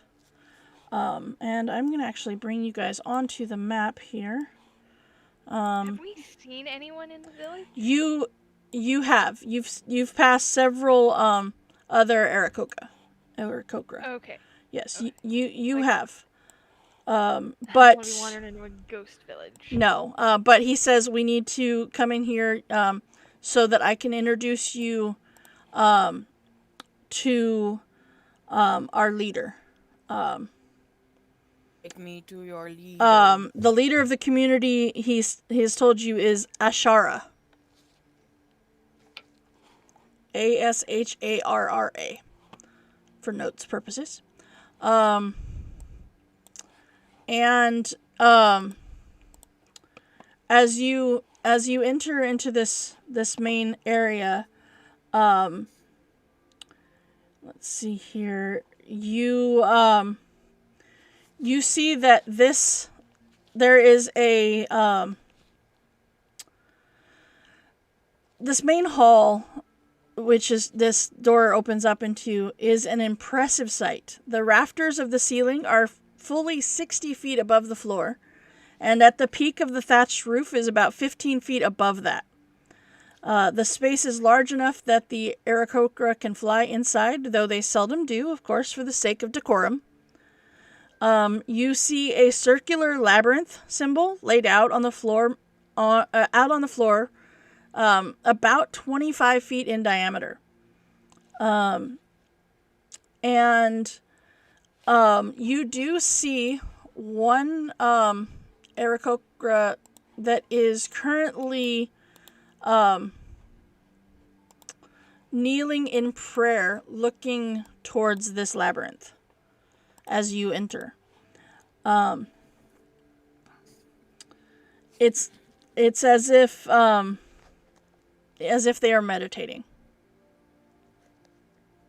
All right. So, your friend tells you that they're not quite sure where the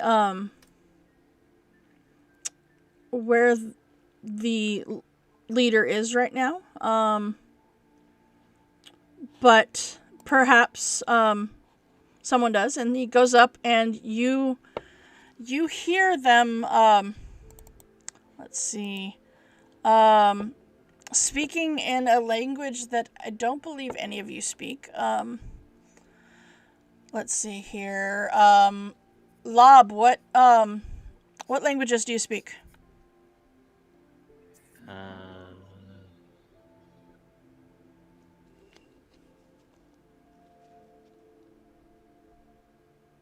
Okay. All right. Axe, what languages do you speak? Cholton and Infernal. Okay. Belzal, what about you? Putting it in the chat. I got a few. Okay. Abyssal, Common, Draconic, and a Primordial. Okay. Rika. Common, Elvish, and Primordial. Okay. Dr. Ink. Chilton, Common, Draconic, Elvish, Orc, Thieves, and I have Adept Linguist. So if we hang out for a day, Mm-hmm. Okay. I can And speak easily with anyone. Jericho.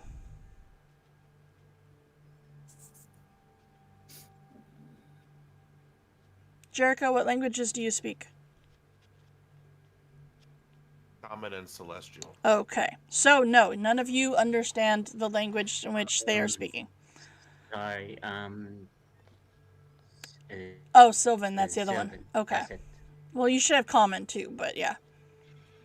All right. Yeah. So, the one that you rescued goes up and starts talking in a language you do not understand. And they ask where the leader is, and they get an answer, and he comes back to you and says, it seems that they are within the elder's house. And which I guess we should have looked there first, I suppose. And so you are taken across the map, which is actually a house that you passed. It is right. Let's see. Let me get this out a little bit. the house right here at the bend. That is the elder's house. And he goes, yeah, I probably should have gone there first, but oops. And you now are transported across the map to the elder's house. All right. That is at the top right-hand corner of the map.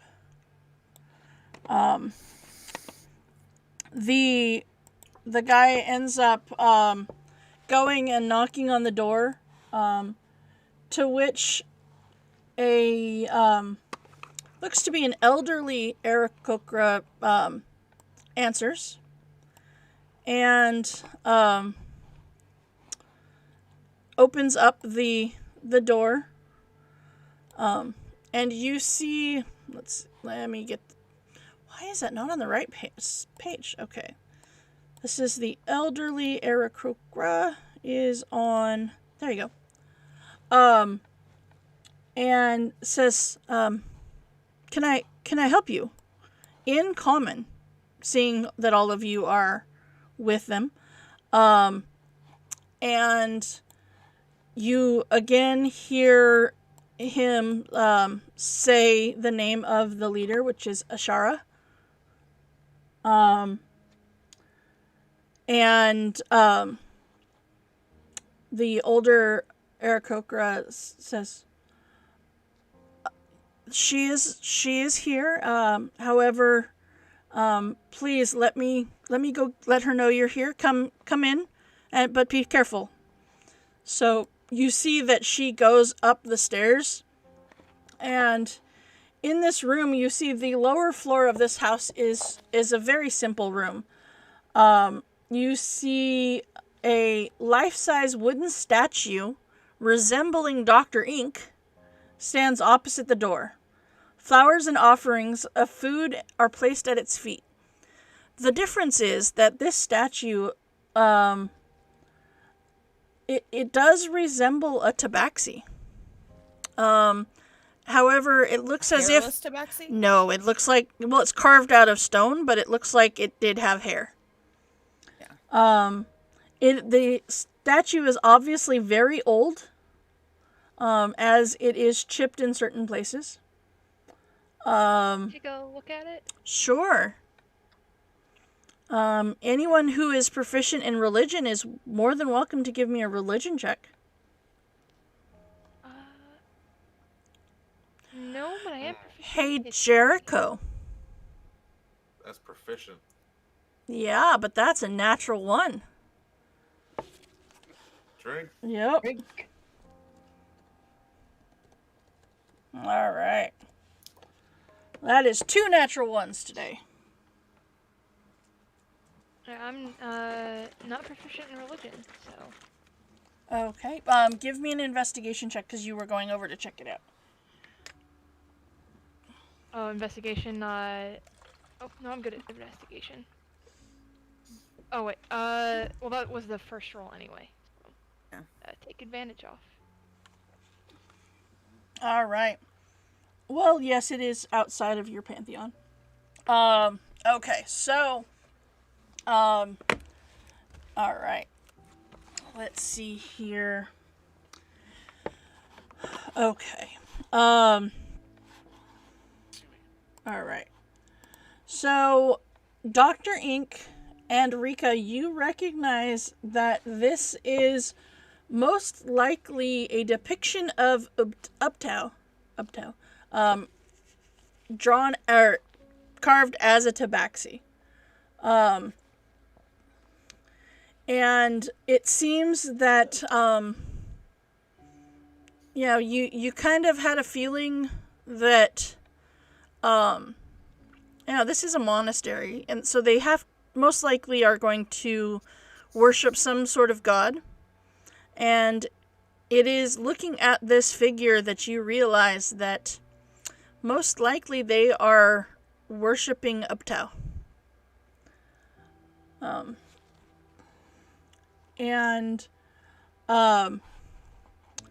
So you all have kind of made your way in, and you've been, looking around. You also see underneath the stairs is what looks to be a mattress of some kind. And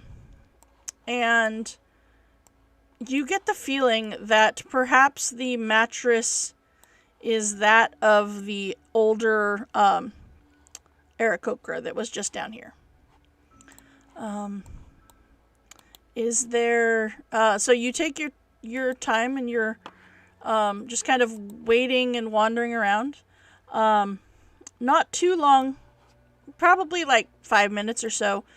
The same Aarakocra comes down and says, she asks that you wait just a moment and she will be down with you. Cool. Okay. And so she, waits. All right. And not too long later, you see another Aarakocra come down. And this one seems to, let's see here. She looks very, don't want to say monk-esque, but she looks very much like the leader. The air that she carries herself with, and it's just very clear that she is an older Aarakocra as well. However, she seems to have clearly earned that, as you see just the look on your buddy's face when he sees her, as well as that of the other Aarakocra that is in there. And she walks up and she says, "Welcome, travelers. How I hear that you have been seeking an audience with me. How may I be of help to you?"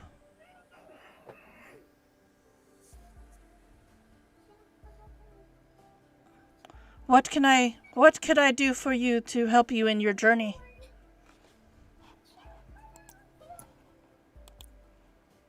We brought back your dude. Oh. Did that. She looks over at him and says, "I am very glad that you have brought him back safely. We are in your debt for that service. I greatly appreciate it. What can we do to help repay this debt?" You mentioned a secret ritual? We wouldn't presume if that's not allowed for outsiders, but we're planning on dealing with the death curse, so anything that could help us would be most welcome. Oh. You are dealing with the death curse, you say? That's the end goal. Wow. That is a great undertaking for such a group to go on. And one that has been definitely wreaking havoc along our shores, that is for sure.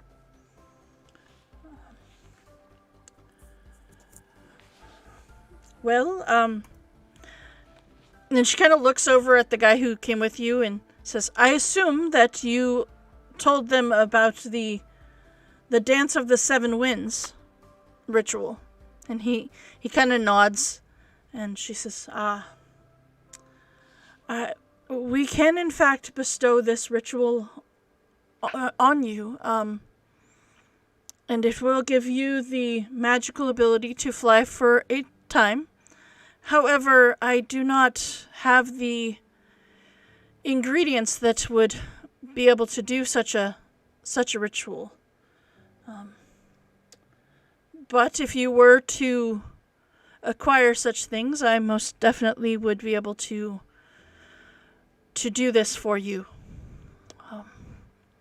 Unfortunately, with some of the surroundings changing in their ways, it is much harder now to find all of the ingredients, especially that of specialty flowers that are required to do this ritual. So as you see, I must have a black orchid to be able to perform this ritual. A black orchid, you say? Where would we be able to find one of those if we were to try and find these for the ingredients? The only place that I know of that they grow in abundance is within the area of Nangalore.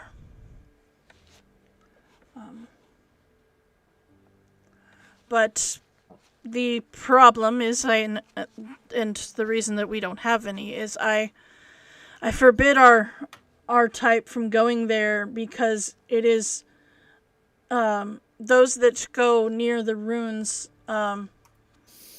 There is much evil, and supposedly there are these evil cranes that live there, that are known to live there. Cranes like the bird? Cranes like the bird, yes. They are called Iblis. They are thought to be the reincarnations of evil humans who were punished by the gods for acts of kidnapping and larceny. Yeah, sounds about right. Sounds like abominations of nature, Belzal. What do you think?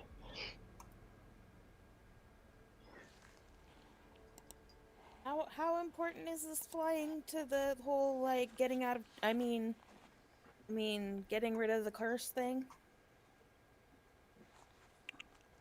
Well, I think if we could fly, we could definitely make better time traveling over the jungle instead of through it. Please keep in mind Worth that the amount of... this does not, in fact, give you permanent flight. It is, but only for a few short. Think about it as this way. Almost all of us, fell or almost fell during the climb to get up here.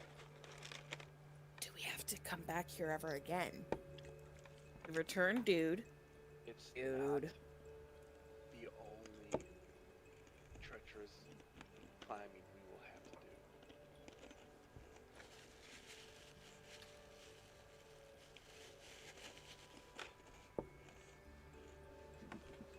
Oh, certainly, it won't be the last. When you say temporary, how temporary? It tends to last 3 to 4 days. Oh. Honey, guys, it's not worth it. It's not worth it. It is a wonderful gift you wish to bestow upon us. We would love to bring you back gads these black orchids so all of your wildest dreams could come true. But I don't know that this is our... I think... There's evil creatures in the jungle that we could rid at the same time. Always so negative. And think these... the death curse needs to take priority, but afterwards, I would love to see the ritual in act. Okay, the ritual itself, very cool. Agreed. Yeah, and it sounds like you guys don't do this for outsiders, like, often, if at all. So it's a huge honor. But the death curse is kind of a ticking time bomb. It is that. It's not that we don't want to, it's that other things need to take priority. Like, normally, this would be the first thing I would do. Just because it's a neat part of your culture you're willing to share. Right. But Aren't I you say just the least bit interested in seeing some ruins that are being run by evil creatures that we could dispatch? yeah, they're probably on the way. Rika, can you whip out the map real quick so we can check Yeah, out I'm gonna where this pull up the Nangalore map. place is? Yeah, I'll pull the map. How close is it to where we are? Let's see here. Hold on, let me grab the map. I'm the map. I'm the map. I'm the map. So this is your map. And it is let's see. Hold on, let me look because I don't remember. It is, let's see. Hopefully somewhere we've not been that we could fill in more squares for lady. That is true. It is nowhere where you have been so far. Let's see. It is just south of where you are along the River Oolong. So you guys are, let's see. I'm going to actually switch you to the actual map of... Is it on this side of the river, or do we have to cross? So she I'd rather tells fly you across the river. it is approximately on... It is on this side of the river. However, it is it's just, up the river from where you are. A couple of days travel. Okay, and where is the place? Hold on. Well, that we don't know yet. No, I think no. the more there we was- explore, we can find it. Which place are you referring to? Hold on. I'm looking at my notes. Okay. 'Cause I was told a thing. You were told a thing. 2 or 3. Hold on.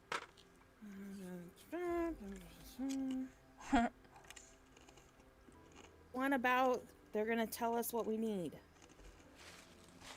Oh, that Oh, one is or- way or over Lunga? here by Mambala. That's right. By Mambala. Mm-hmm. That's Where's my goal, Bangalore y'all. at? So that is across the map from you. It is So if somewhere... we could fly, we could get there pretty fast. No. Mangalore compared, not Mabala. It's south of where we are. Mm-hmm. But the wise, are you thinking of the wise one that the That's priest where told us about? Uh-huh. we're gonna take this little side journey and see this ritual, which I'm super stoked about the idea of the ritual. It just feels like it's prolonging our time in Chult, that's all. I So- want you to know that to end this ritual of the to end this is not. We're gonna spend some time here. Okay, but every side journey we take adds to that time. And every side journey we take benefits Chult as a whole. And you act like I care about Chult! Why are you here? I don't know. Take a drink. I take a drink. You know. What am I doing in Chult? Rika, what am I doing here? We're here because it's the right thing to do. And I feel Maliki Our guides us, and the things she puts in our benefactor seems path. to think we've will got help. a shot at ending this death God. curse. So, we have to try. Okay. Because it's not about fucking Chult. It's about everywhere. It's about the death curse. It's about the death curse. It's about the death curse. It's about the death curse. It's gonna be my morning mantra as I take a shot. Mhm. Okay. We're not cool. doing it for Chult, we're doing it for everyone everywhere. It's just centered in Chult because fuck you, I guess. Right? Golly. Okay. Are we gonna go Nangalore? If we're going, let's go. Wherever you think is best. Where I think is best. The collective of you. I want to ask the Elder what they know about the death curse.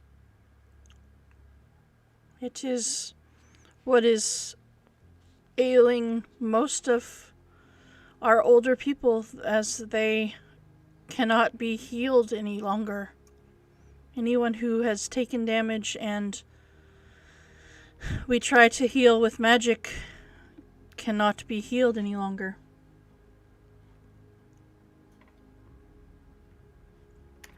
I'm gonna lean into Rika and be like, well, old people die. I'm more concerned that these healing magics that tend to be divine in origin aren't working. That's a Okay, true. bad sign. That's a bad sign. That is a bad sign. I want to ask her if she knows anything about where it could be coming from. Is there like a specific ruin or region that it started in first and spread out? I do not Or know. I do And not. do you know anyone that might? Um, I do not. This is a place of worship, isn't it? It is. Why don't you ask your deity? Well, I can try. Um, would you like to spend the night within the monastery, and I will go into prayer to our God and see what answers that he can give me. Sure, beats being outside. I'm down to stay the night. Okay. Yeah, I'm not real interested in sleeping in the jungle any more than I have to. All See right. if he knows Savaras, because I'm waiting on a message from them too. They kind of look at you weird and okay. Just pass it along. All right. Well, in that case, it is at this point we are going to go ahead and take our break, and it's as good a place as any to stop for the moment. We will be back in a few minutes. Okay. All right. Thanks, guys.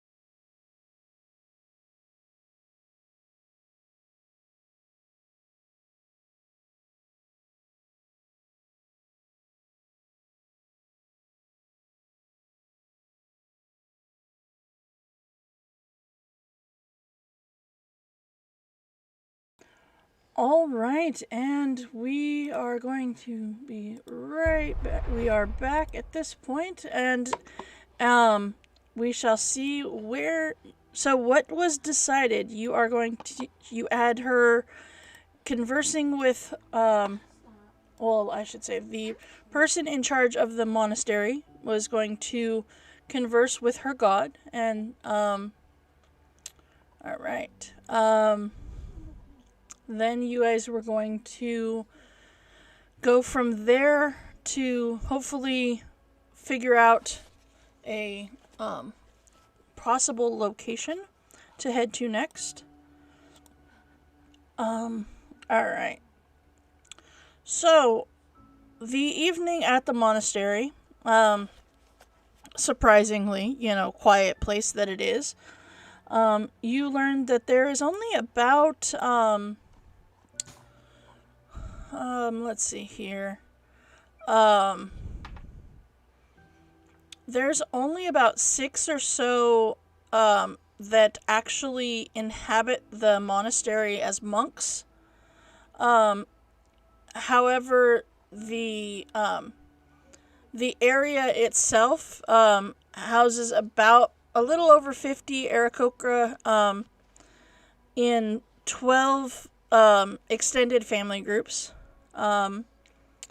You see quite a few of them happen to be juveniles. And yeah, you kind of get the feeling that each of, or just as you have your time here, that it is part of the Aarakocra expectancy of living in this area that they each are expected to spend a few hours a day helping with chores. So you see that everybody seems to be pitching in to help with this situation. All right. Having recently fallen down one of those stairs, I wouldn't mind pitching in to help fix some of their walkways. Okay. Same. Okay. Yep. All right. Yeah, you can totally do that. In the time that you are here, you can definitely help with that. Mm-hmm. Yes. Let's see here. I may seem like a total jerk face, but I want to help fix up that old folks' home that has a hole in the floor. That's fair. Okay. Without, making a big deal about it. Right. Okay? Okay. You can do that. You take a little bit of time, and you each find something in some way that you can help around the monastery to make it better than it was when you got here. And you all feel fairly good about yourself in that you have helped to make this little corner of Cholt a little bit better. And so that night you managed to get a very good night's sleep. Some of the best that you actually have gotten since arriving here on Cholt. It's very peaceful, it's very resting, and those of you who had exhaustion no longer have a level of exhaustion when you wake up the next morning. As you wake up and you head back over to meet up with the elder within her home again, let's see here. Let's get you back onto this other map. She tells you that she has spoken and asked her god. She specifically says, "I have asked Uptau his wishes, and if there is anything that we can help you with, she says, it is not a simple thing to understand and interpret the answers that the gods give us. But I was given a vision last night, and it is one that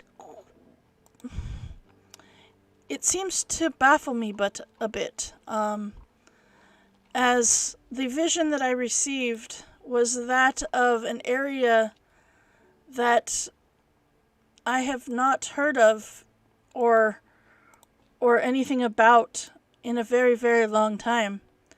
It is a city that has been lost for, well, as long as I can remember. And it, if I am correct in interpreting this dream and this vision, it gave me the town of Omu, and that's OMU, by the way. The Lost City? The Lost City. We've heard of it before, right? Give me a history check, please. Yeah, I don't have this one written down, so. I'm sorry, no advantage. It's okay. It's still the first one. It didn't matter. Yeah. It didn't matter. No. All right. Let's see. Belzal and Lob and Rika. You have heard about this town, this lost city, as it were. It was once known as the Jewel in Cholt's Crown. It was a home of, it was like the main Cholton city at that point. What's the name of this town again? Omu? OMU. Mm-hmm. OMU. It was said to have been built over rich mineral veins.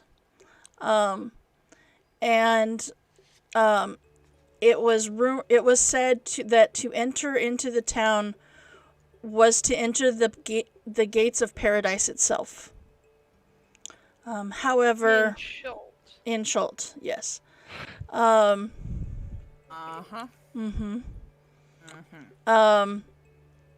However, it is rumored that the greed of and hunger for slaves made the rulers of Omu even greedier, and that's the greed and evil doings angered the god Uptau, causing him to turn his back on the town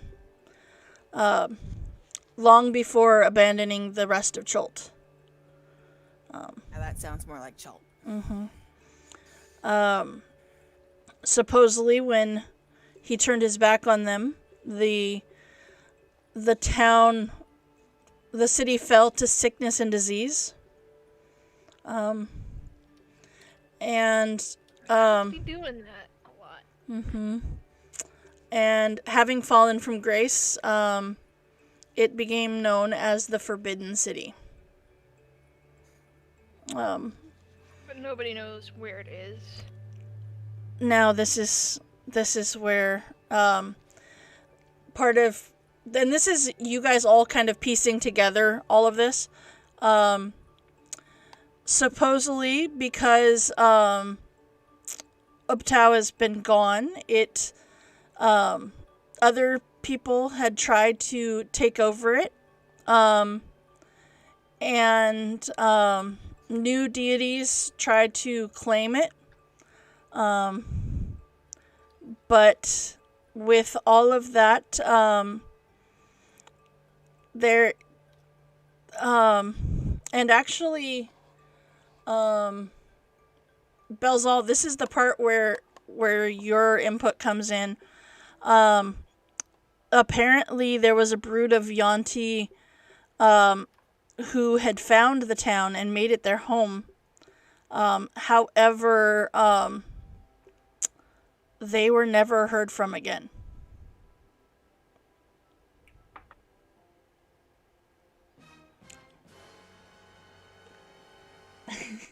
Yes, dun dun dun, indeed. I love that I chose that one because that's perfect. And so yeah, it is after all of that happened that the city has been lost, and no one alive is said to know where it is or how to get into it.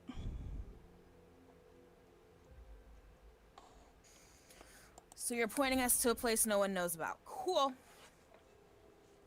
I was just told to find out No where you should disrespect. be headed, and No Tao told me. disrespect. Well, that gives us. Well, we know where the city isn't, so it's somewhere in the jungle. Yes. And we know that the city of Omu specifically, is what we need to find to break the curse, because that's where some old Cholton bullshit has been triggered by somebody, either accidentally or on purpose. Somebody knows where the ruins are. So it seems. Sounds like that's a possibility. Well, it means that whoever found it had to have left something that we can find to find them. At the very least, that is where you should be headed, yes. But nobody alive has any idea where in the jungle it is. I do not know. Oh, that was a dry hole. I don't suppose the vision included a general direction, like east or west or south? Just so we can pick a direction and start walking?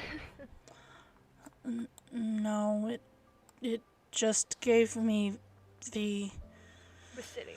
the city, yes. The city in ruins, yes. Okay. Well, that means it's out there somewhere to be discovered. Yes. The place. It's more than The we had place- yesterday. Yeah. We don't know where specifically it is, but we know that that's what we're looking for. That's a common fault. We're often vague with these kinds of things. Couldn't Yeah, tell you why. Because you just like being dicks? Some of us, sometimes. Okay. Cool. Alrighty. I still say we head to Orlunga, but if y'all need... I mean, we can probably clear out that ruin for the Aarakocra, even if we don't go back for the ritual. Right? What if we bring Aarakocra dude, and then he can bring the orchids back? And then if we make our way back round, we'll check out the ritual. I like that idea. See, I'm coming around to your ideas, right? Yeah? Yeah. Cool. I agree Seems with- like I a fair agree with this one. compromise. Seems like a fair compromise. We'll totally keep him alive. I mean, he was alive up until this point. Right? We did that. Difficult to travel solo in the jungle.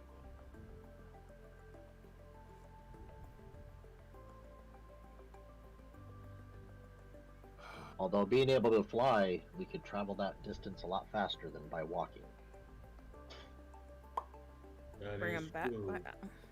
The only problem there is we gotta make a trip to the ruins and then back to the village, and then we'll get the ability to fly And that's just adding time that I don't know that the, 4 days of flying will make up for. It could, Better than but 10 days in the jungle on the ground. yeah, I don't know how fast we'd even be able to fly. Are you I've never saying flown no before. to sending an Aarakocra by himself back to his? It's up to him. It's I mean, he not, can fly, can't he? it's not like going to the store in Waterdeep. Well, the last time he was alone, he got ambushed and captured by Terraphobe.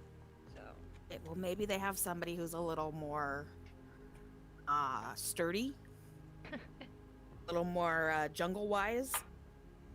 Asking I'm if gonna they have ask. they have a fighter with them. I'm gonna ask. Mm, What's there- her face? There are some, Respectfully. but like I said before, we do not venture that direction.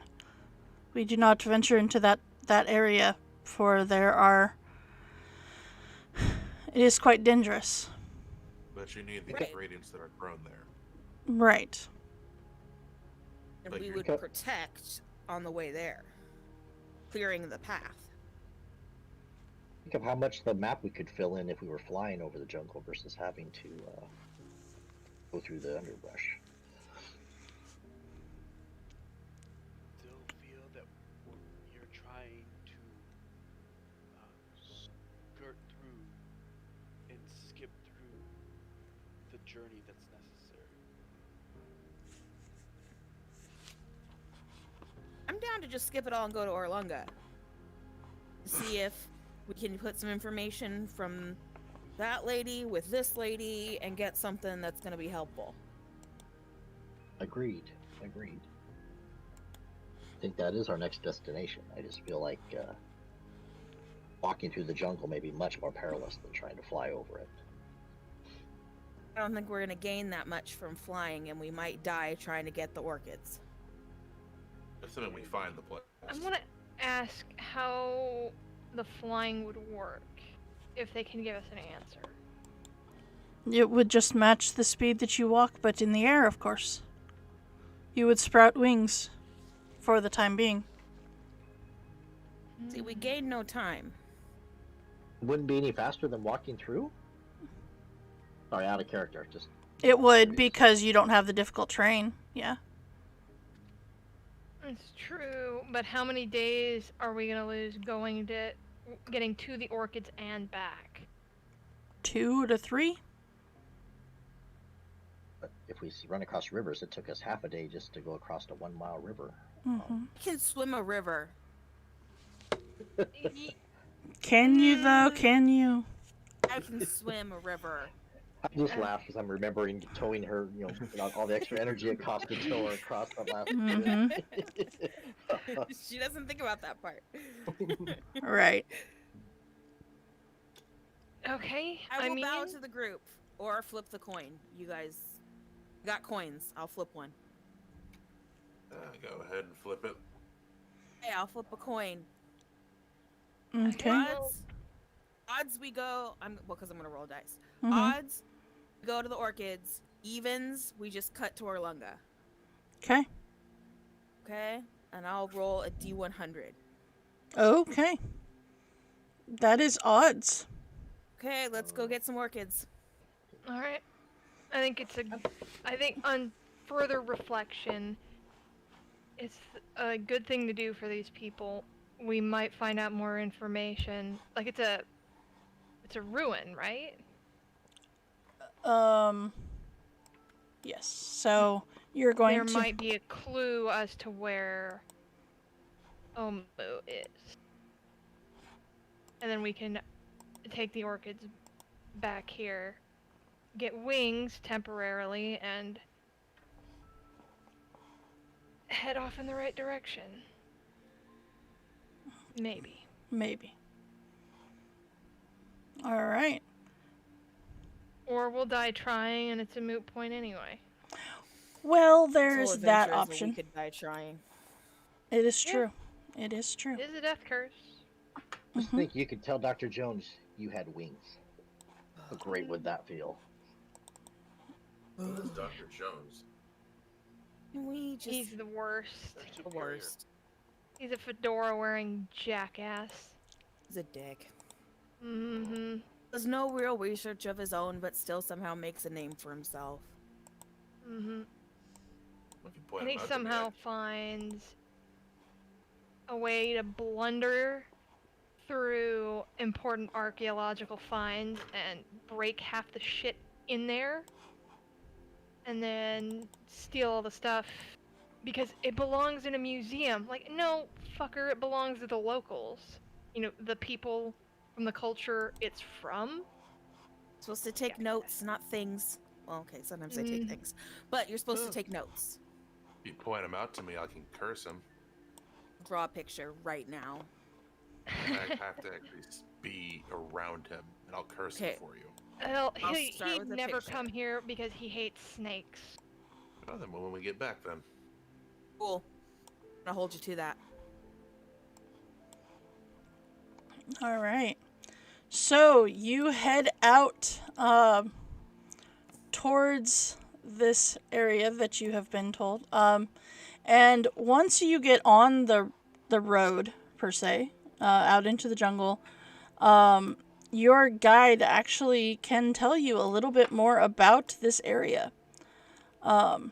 It's like this is her job or something.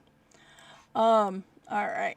So the Nangalore is supposedly was a great garden built to honor Zalcor, a vain Omnu queen.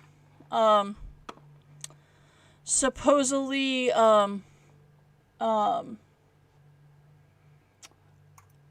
there was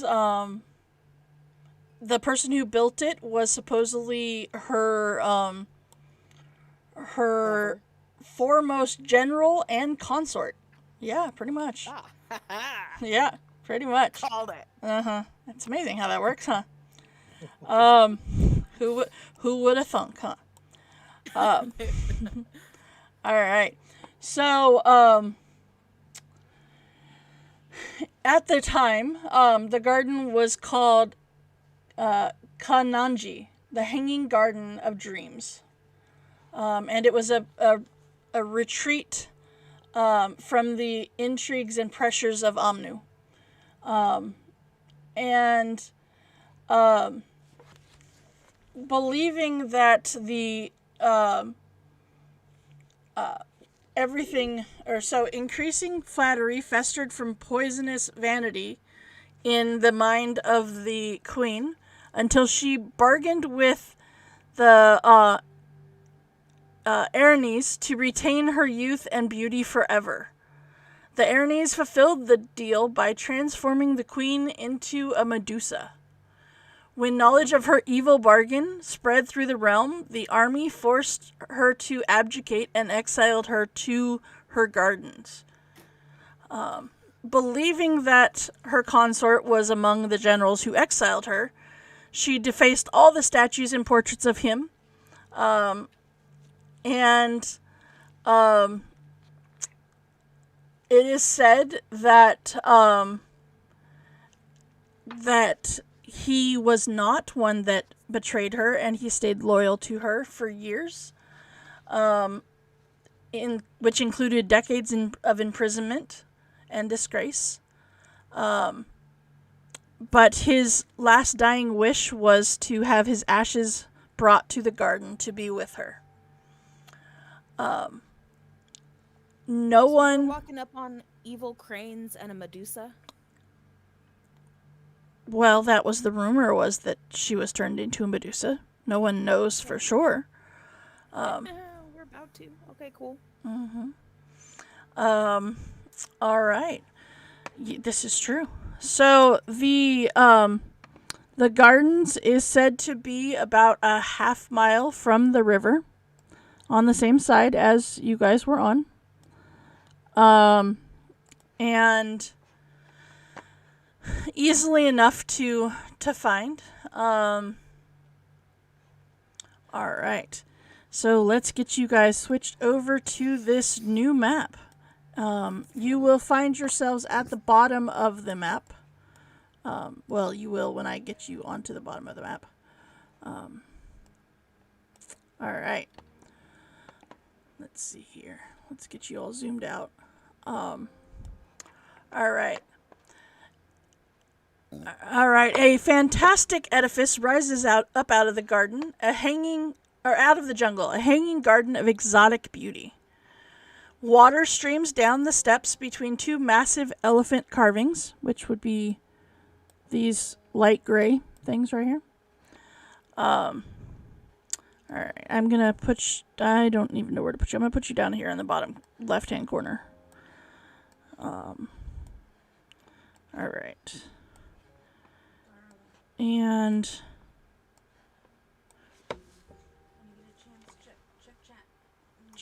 oh, okay. This is massive. It is massive. Oh, Cindy just gave me some catspiration for the DM. Thank you. Oh, that's evil. And apparently Ragnarok thinks that he might need a health potion. All right. I will say you guys did receive that within your last long rest. So, I'm just stocking up on them. mm-hmm. So I'd have 2 then, right? Well, so you have the one that disappears, and then you have this one that stays. So you have, yeah, you have one that, yes. How does redeeming work in Twitter or in Twitch? So, I have a spreadsheet, that keeps track of them, but, on Twitch, if you see there's a little, underneath the chat, there's a little purple icon, and if you hover over it, it will say the platinum stuff. If you click on that, it will bring up a little rewards and challenges bar thing, and, depending on which one you choose, it's spending that platinum. And you acquire the platinum by hanging out in chat or commenting or whatever. Gotcha. Thank you. Thank you, Cindy. I appreciate it. Yep. Okay. All right. Okay, so you see across the water from you, beyond the elephant carvings, a broad, flooded avenue runs arrow straight for more than 100 feet before ending at a carving of a Tyrannosaurus face. And actually can see that. Give me just a second to be able to reveal that for you. It is right there. All right. 5-foot-high terraces flank the boulevard. Low archways, 3 on each side, are built into the terrace walls. These archways are at various stages of collapse, as are the tunnels beyond them. Beautifully carved, larger-than-life stone faces are mounted between the arches. A wild profusion of plants grows on the uppermost terrace, and multicolored parrots and canaries flit and sing among them. I don't want, because they didn't give me an actual cover to the dome, I don't want to share it with you, but to the north of the Tyrannosaurus head, a dilapidated brick dome rises above the head waterspout. Smaller bell-shaped domes surround the highest terraces to your left and right. So, pretty much what it amounts to is up in, let's see, let me zoom out a little bit more on here.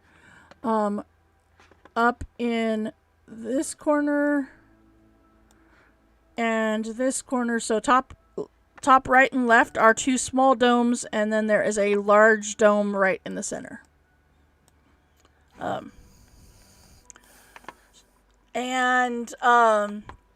You see that across, right in front of the elephant statues down here at the bottom, is kind of a marshland of sorts with 4 alligators that can be clearly seen. Just for giggles, not that I think it's gonna happen, but I'm gonna look around in the brush where we're at. Do we see any of those orchids? Give me a perception check. I go in if maybe it's just right here. It's true, right? You do not see any. Not worth a try. It was. That's fair. I applaud the effort. Mm-hmm.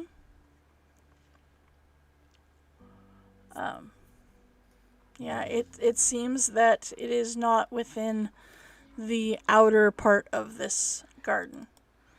And thinking about it, it's fair that perhaps it is a little more guarded than that. Okay. I am going to. Do I feel that I have enough time to ritually cast Speak with Animals? If you want to take 10 minutes, you could. Okay. Because then at 10 minutes I can speak with the alligators, which is my intention. It's up to your I party think members. That's a good call. I'm gonna hide while you do that. While he is ritually casting detect or speak with animals, I am going to ritually cast detect magic. Okay. We're gonna be going into creepy ass ruins. There's gonna be weird magic shit. Scary shit. Okay. Alright. Weird magic shit. Creepiness. Yeah, that sounds about right. Okay. Dr. Ink, you believe that you are the stealthiest person that you have ever been. Heck yeah! Mm-hmm.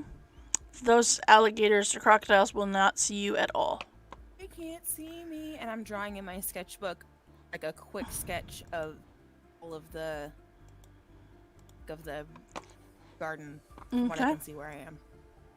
When I am done with my ritual, Mm-hmm. I am going to discuss with the alligators if they know the whereabouts of the orchids.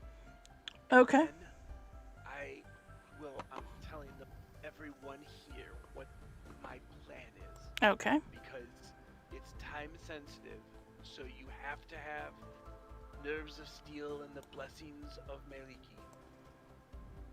Oh my Okay. What? Excuse me, crocodiles or alligators. Do you know where we can find special plants? Yes, so that's what I'm going to do.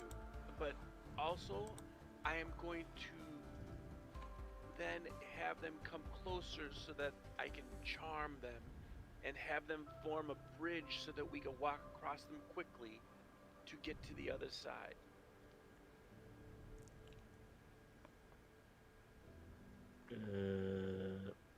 I can walk, or I can swim. Go swim right across. I don't then think will swimming allow is them to good when they get see you at a snack. safe passage. Yeah, get a safe passage. That's a good idea. How deep does it look like this entryway? The water is up to the entryway. So the water up here is 5 feet above where it is here. And here it seems like it's a couple of feet deep. It's just really marshy, Uh-huh. swampy. Okay. Yep. Yep. I'm gonna look in the water. Do I see anything other than crocodiles, like dead under things or fish or anything? No, doesn't seem to.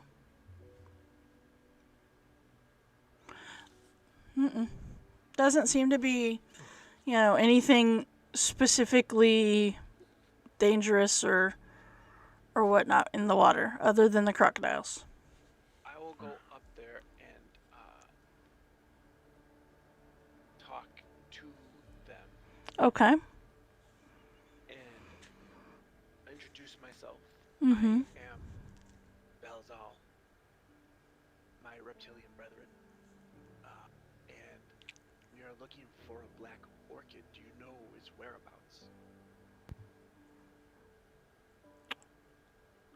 No. Do you think you could allow us to go through here Why? unharmed? Because we are friends of nature and those other animals such as yourself. Great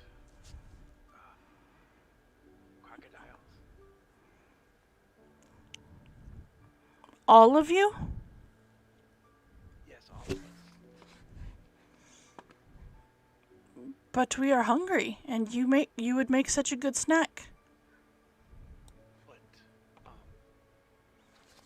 Got some meat. if you come closer, I can give you some food to eat. I like food. We will promise to give you food on the way back. I like food. And you see the other ones kind of coming closer as well. They like food too. I'll give Belzal the rest of my Terra oak meat. Then once Holy crap! once they get closer, I will show them this holy symbol of Meliki and cast my channel divinity Mm-hmm. and have them charmed by me. Okay. And it's really all animals within 30 feet of me and plants Okay. that can see me. Alright, so wisdom save. Alright. A DC 12. Yep, that worked well. Finally, a wisdom save you failed. I know, right? I'm very I was impressed. sweating that one. DC 12 is not hard to beat. It is apparently tonight because that is a natural one on. Alright. So, everybody take a drink. Alright. They didn't have advantage, so. Yeah. The crocodiles feel that that's the best Terra folk they've ever eaten. It is the best Terrafolk. And then I'll say that, do you know if there's any other dangers we should be aware of? There's lots of dangers. Can you be more specific?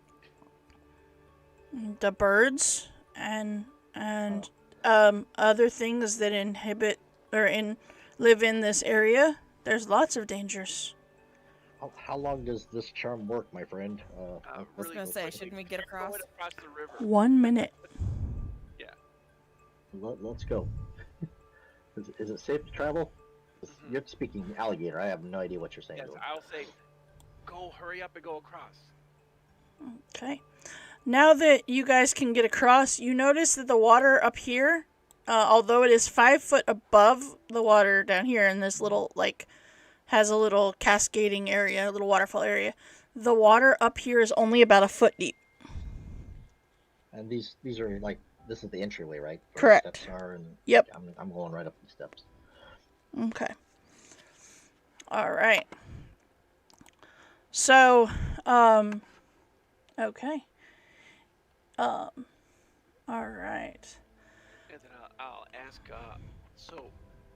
do you know where the black orchids are in here? Nope.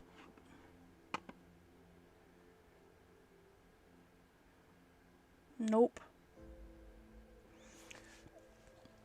Nobody. Okay, I guess we're on our own to find the orchids. Mm-hmm. The untamed underbrush that is the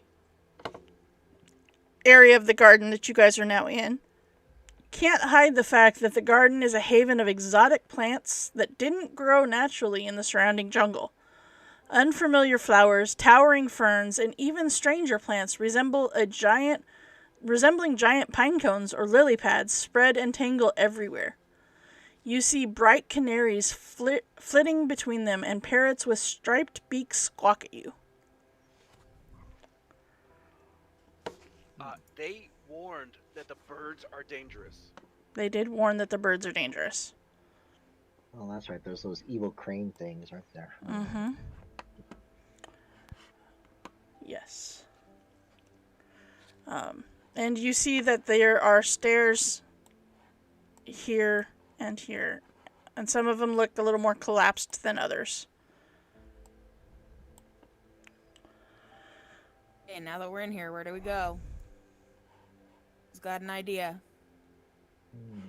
Lob, you might want to See get away anything with from the my river. detect magic? You do not see anything with your detect magic. Lasts an hour before I have to spend 10 minutes casting it again. Right. Do I hear or see anything that could be a crane creature? Give me a Or just perception kinda check. run up? Nope. Nope. Still looking over my shoulder at those. Mhm. Are we all given perception checks, or? Yeah, go ahead and everybody do a perception check.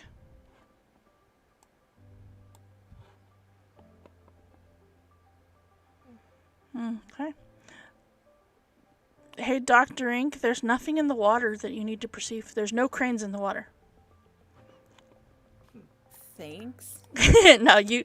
So, you recognize that there's a lot of different plants and stuff around here that you've never seen before. Lob, you are overwhelmed with the amount of different plants and stuff in here.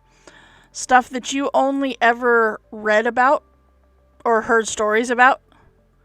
And Dr. Ink, you and Rika have, I mean, you guys were in school. You knew you had to learn about the flora and fauna stuff, and there's stuff in here that you've never seen before. It's quite weird. And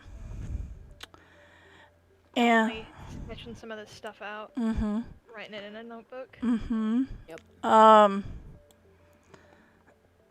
Let's see That here. Homer didn't talk about anything like this in his book. He did not. Belzal, it is as you are looking around trying to find the cranes or trying to figure out where to go, you feel something come up behind you and slam down on you. And they have advantage because sneak attack. As you see a plant of some kind reach up and as it comes up, it looks as if it has taken over a body of a dwarf. As this yellow musk creeper clings to the body of this dwarf and attacks. Belle, That doesn't hit. what is your armor class? 18. Okay, so they have advantage because they you did not perceive them. So it is a surprise round, so they would have advantage on this attack. And I would have had mage armor up. Uh-huh. So that is a slam attack of 22 to you. That hits them. So then that is 3 points of damage as you turn around and you see this, what looks to be a dead dwarf covered in yellow flowers. What do you do? Well, do you want us to roll initiative, or can I? Well, I'm just asking, like, is there something that you do before we roll initiative? Well, I would probably just spray poison on him. Okay. All right. So then everybody go ahead and roll initiative for me. 5 for the end. Yep, right before the end. Carbs and drink. Yep. A bite of bread, then swig of drink. Yeah, wash it down with a sip of your drink, yes. That's a nice nightcap. Is there just the one? There is only one that you can see.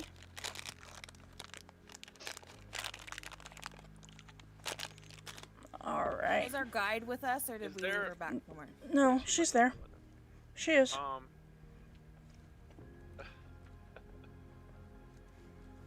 don't have. I know what these are. Mm-hmm.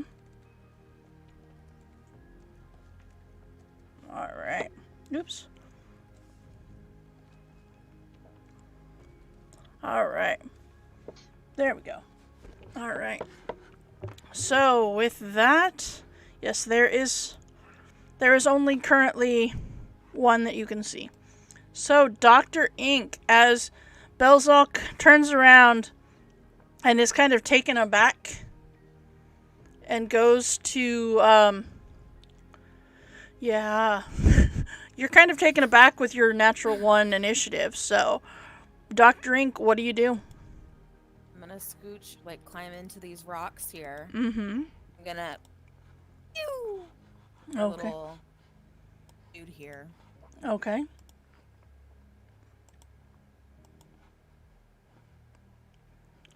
Go for it. It's engaged, so I get sneak. It is engaged. If you hit, you can have sneak attack. That definitely hits. Should hit. Yeah. That should hit. All right. 12 And then points I'm of going to damage. hide. Okay. All right. Rika. Those rocks. Can I see it from You can. down where I'm at? You can. All right. All right. Then I'm going to reach out with the staff and throw a firebolt at it. Okay. That's, That does hit as well. and 6. All right. Ooh. Yeah. Woohoo. All right. Axe. And I'm gonna stay in the water, away from plants. That's fair. Yeah. Let's see here.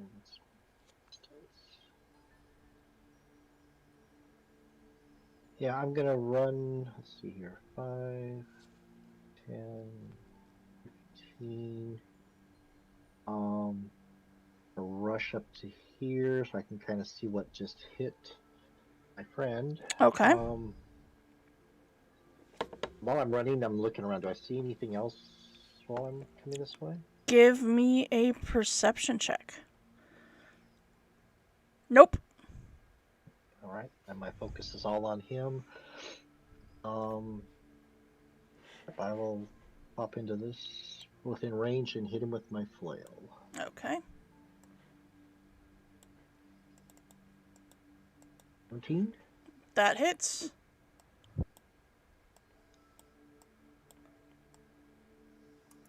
All right. 6 points of damage. Okay. Lub, that brings us to you. Question. Yes. Is doing a possession check a action? No, I gave it to Axe without it being a perception check. Right. I will try to see if there's more than one. Okay. Go for it. Yeah, there's a couple around, including one that is fairly close to Axe. You see that one. And looking around, you see one over by Dr. Ink.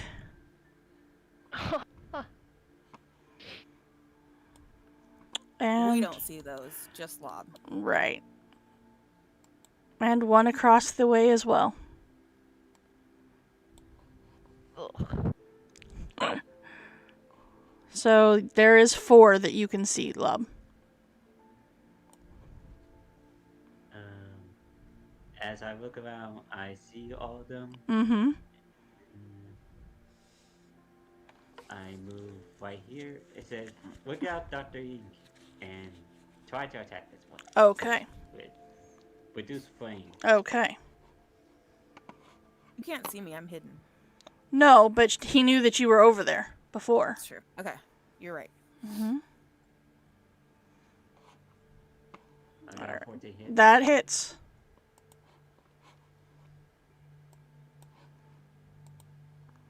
That does in fact hit. All right, 4 points of damage. Okay. All right, Jericho, as you look around, you now see the one that Lob shot a produce flame at. You see the one that is next to Belzal. What would you like to do? We will call that one pink. We'll call this one green. We'll call this one blue. And there's this other one we'll call yellow. Alright. So he's going to target the purple one first. Okay. And it's going to bonus action to hex it. Okay. And for my skill of choice, I'll say, I don't know, dexterity. Okay. And then as a primary action, he's going to try to Eldritch Blast it. Okay. Oh, I keep forgetting. Wrong one. Gotta love Eldritch Blast. Right. Alright. All right. That definitely hits. That hits. Awesome. No, damn it. Wrong. One. Is that the damage? No, that is hex damage, so you need to click on Eldritch Blast in the chat. There you go. So a total of 11 damage. He is down. Ha! Jericho. And he'll move. You say that? You say your own name? That is What? awesome. Of course he does. I love it. Hell Hey, yeah. we're always saying praise Maliki. That is so awesome. Sorry. Yep. Out of character. Right. Makes sense to me. I'm good. I'm good. Mm-hmm. Okay. All right. And that'll be it. Okay. All right. A So, little less hidden because I giggled. of course you did. All right. Of course you did. Okay. So this one is going to move up there. Rika, you see the one start moving towards you.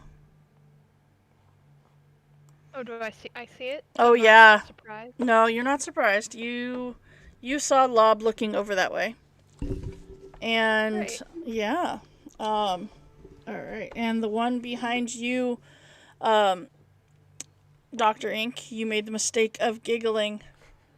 Oh, It's going to take a slam attack at you and miss. makes sense. Blue is going against Rika. And there's another natural one. All right. Drink. Drink. All right. That is the second one that the DM has rolled tonight. Okay. And then the last one is going against Axe. And that's a 15. I don't believe any of those hit. Okay. All right. Give me 1 second, guys. I need to step away. Make your plan for what is your plan for all of this. I'll be right back. Kill them all. I'm good with that.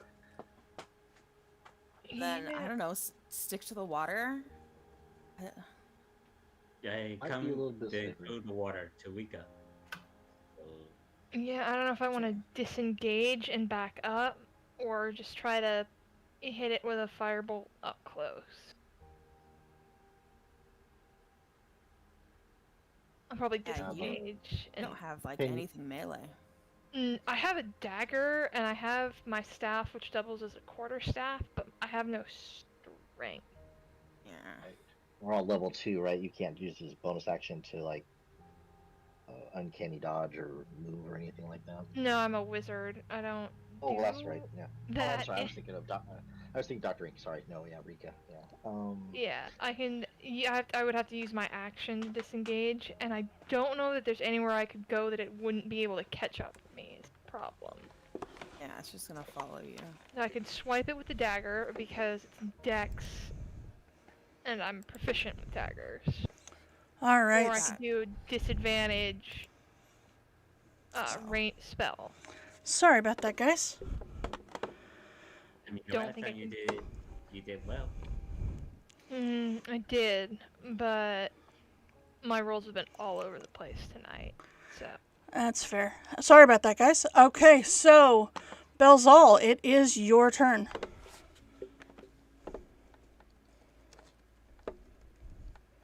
What would you like to do? Well, oh, alright, there's one that's not next. Let me see here.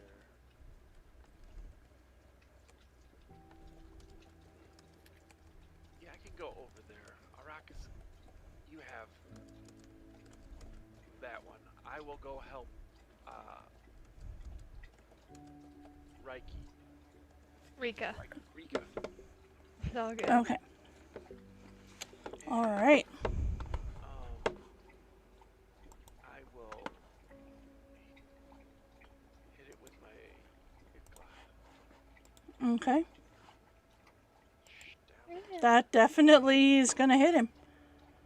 All right. I didn't mean to dark vision. I'm just trying to look at things, and It's all good. good. It's all good. But yeah, It's not dark, Dr. Ink. I'm sorry. It's dark under these rocks. And that's I would hope you're not actually under the rocks. No, I'm like hiding within I know. them. I know. All right, Dr. Ink, that brings us to you. Oh, that's my turn. It is. Cool. I'm gonna use my whip. Okay. He is in melee with you. I'm just saying. That works. Yeah. Okay. Go for it. That hits. Sweet.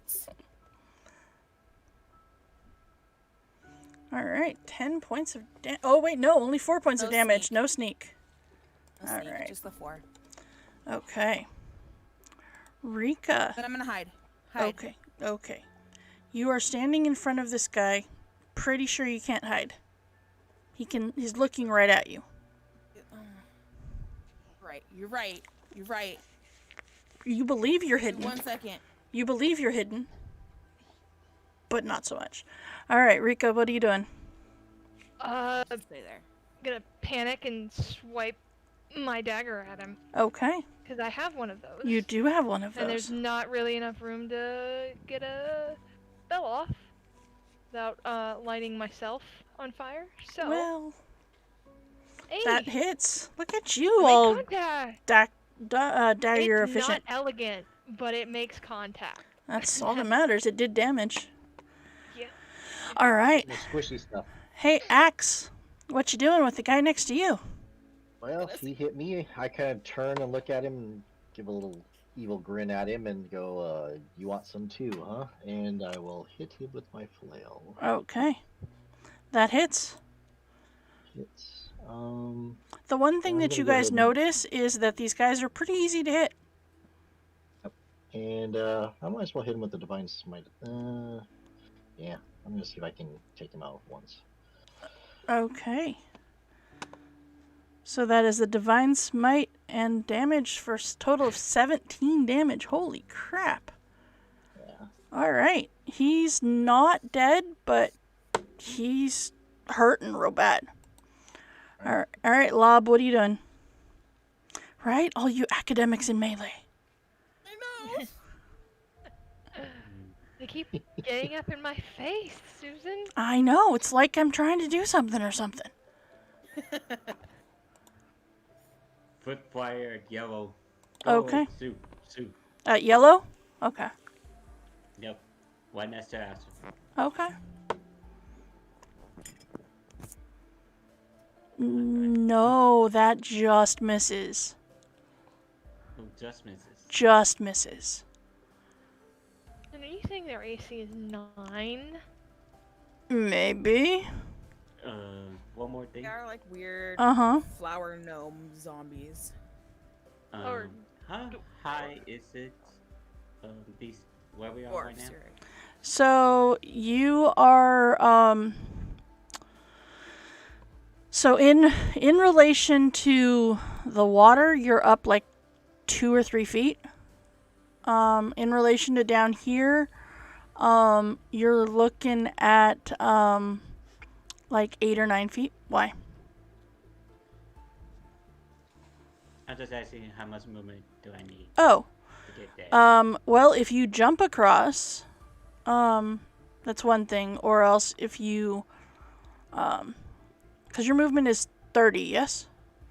Yep. You can do that and jump across. Give me an athletics check. Okay. Fair enough. Come on, natural one. No, just kidding. All right.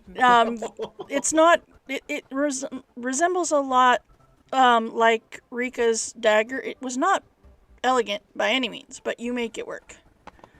All right, Jericho. Total jump. You've never seen a turtle jump before, huh? Let's see. Has blue been hit at all? That much? It has. All of them have taken some form of damage. Okay. So move up forward here. 10 feet. And he's gonna move. Bonus action to move my hex to who's the yellow one here. Okay. Again, choosing dexterity, and this time for my action, Mm-hmm. I'm going to use Sacred Flame. Okay. He has to succeed on a dex check. Yep. Okay. All right. So let's see here. And that is disadvantage on dexterity checks, yes? Checks, not saves. Let me see. Oh, no, it's checks, not saves. Yeah. So it didn't really matter. He rolled a 9 anyway. Okay, there's that, and then So that's 7 points of radiant damage plus your... Yep. Okay, so total of 9 damage. Okay. All right. It is their turn. Let's see here. Yellow being the only one next to yellow is going to slam axe. Hey, look, that was a good number. That's a hit. Yeah. So that's 7 damage to you.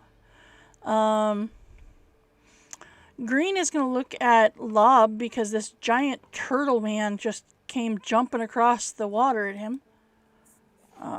Oh, hey, look at that. So I'm pretty sure a 21 hits you, Lob. Yes. That is 9 points of damage to you. And actually, Rika, you hit him with a dagger. He's coming at you. And I don't think that hits He you. misses. Yeah. All right. Belle, it is your Mage turn. armor. Yep. So did something hit me or no? Nope. Nope, he's focused on me for some reason. Because you I celebrated think I- with the dagger. Because I hit him most recently, probably. You hit him with the dagger and then you celebrated. So, you know. I mean, Because it actually it worked. was more of a shock that I actually landed a physical hit on something. Mm-hmm. I stab him with my yukla and I hopefully perish. He does not perish. He is still up. Okay, Dr. Ink. Your person's in melee with somebody. Whip it! Whip it with the sneak attack. Okay, go for it. Whip! No. Ah, drink! All right. That is an epic fail. Dang. All right, we are up to 6 right now, guys. Okay. What, a Hey. third of last week at this time? Dr. Ink, your whip gets caught around your own foot. Oh. She yanked her foot out from Do I underneath take herself. damage? You do not this time. She I whip Charlie my Brown. You Charlie spend Brown herself. right, you spend the Yeah, rest sorry. of your time untangling the whip from your foot. Rika, And swearing an orc. of course. Oh, it worked once. Let's try this dagger again. Okay. That definitely hits. Need the damage. There we go. There you go. All right, This 6 one points is of a damage. little more competent looking, but Not by much. Yeah. All right. Axe, what are you doing? Well, I'm Made gonna it keep flailing away at still this up? yellow one here. Okay, it is still up. Yes, Rika, it is. Is it looking worse? It is. Then It's looking hurt. Does 9 hit? It does. Ooh, just enough, I'm It assuming. just hits. Yep. All right, Bludgeoning. and he is down. And is it difficult terrain for me to just kind of jump down and rush up to the blue one? You can do it. It's fine. With your movement, you can do it. Okay, I'm gonna get right up to there, and see if I can't intimidate it a little bit to give Rika Okay. a reprieve. All right, Lob. Probably could have run that round, but oh well. Well, I don't know if there's more out there. I wanna trigger more if I don't. Lob, what are you doing?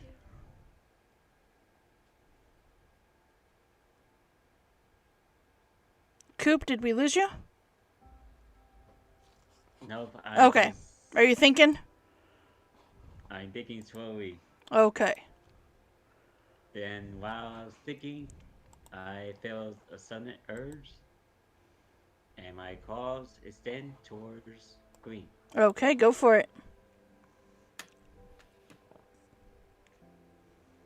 Okay, that definitely hits.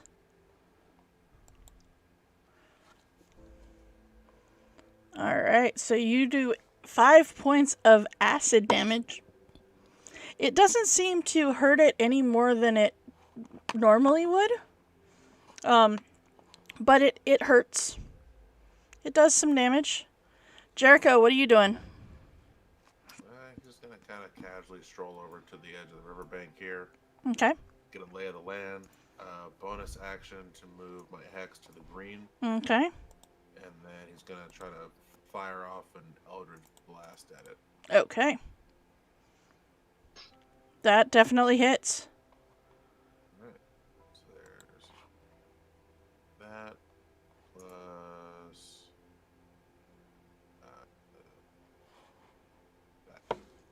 that. Okay, so 17 nice. total. Nice. All right, he's looking real bad. Okay. We'll start with green. Green is going against Lob. And I'm sure that doesn't hit. And this time blue is going to go against Belle. And that doesn't hit. They're struggling right now, guys. They're having a really bad day now. They thought they had you. It's not so much anymore. Okay, so Belle, what are you doing?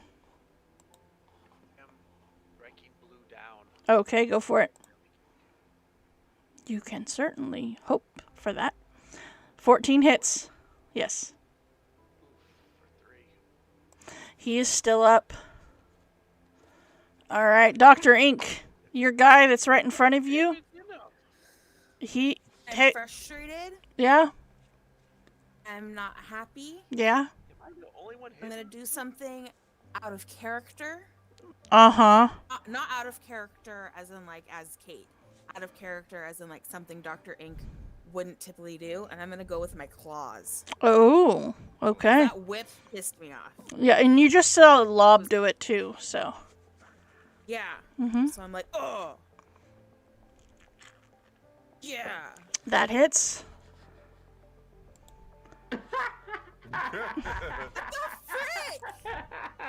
It's because it's You have a it's your -1 strength strength. modifier. I This know. one's Do I get my sneak because it's engaged with Lob? Thank you.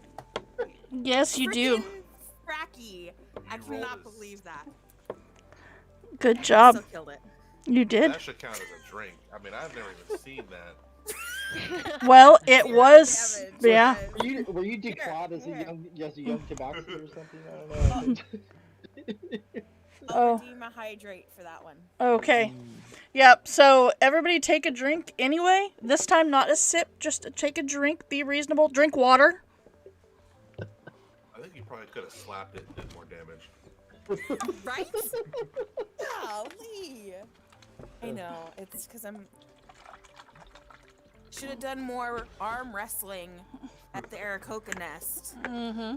So that I was ready. All right. Next long rest. Cooper, you get a catspiration from Cindy Oh, really? on your next long rest or short rest. Yes. All right. So Rika, you hear you're very familiar with Dr. Ink cursing in Orcish, but you hear them slash with their claws and cursing in Orcish, and then you see the creature fall, and so then she celebrates even more. Huh. So you That- see, yeah, it's really funny because you both see the frustration as well as the celebration all in a matter of moments. Well, I'm gonna look over and see that she's in freaking melee too, and be like, "Look at this!" All right, Rika, what are you doing? Third time's the charm with this fucking dagger. That hits. Oh, that one was real ugly, but stab it. He is still Stab, up. stab. He is looking really, really rough. Goodness. Jeez. Mm-hmm. I'm not moving because I'm worried. I move. I'm gonna wake more of these fucking things up. All right. Axe. But you guys can probably finish this one off. Yeah, there's 3 of them over there. I think they'll be fine. Mm-hmm. All right. I'm gonna kind of circle around this one, get a little high ground on it a little bit, and see if I can't hit it with my flail right over the top. Nice. That hits. That one's down. Yeah. It is at. Finalmente. Good job, my friend. All right. Nope. It is at this point that you look over and you see the one next to Dr. Ink and Lob take and stand back up. What the? Lob, what are you doing? Kill it with fire. I'm so angry. Kill it with fire. Fire. Fire. I think we literally have to burn them until they stop regenerating. Very well. Bob is stupid enough to try with fire. Okay. With disadvantage. Mm-hmm. Go for it.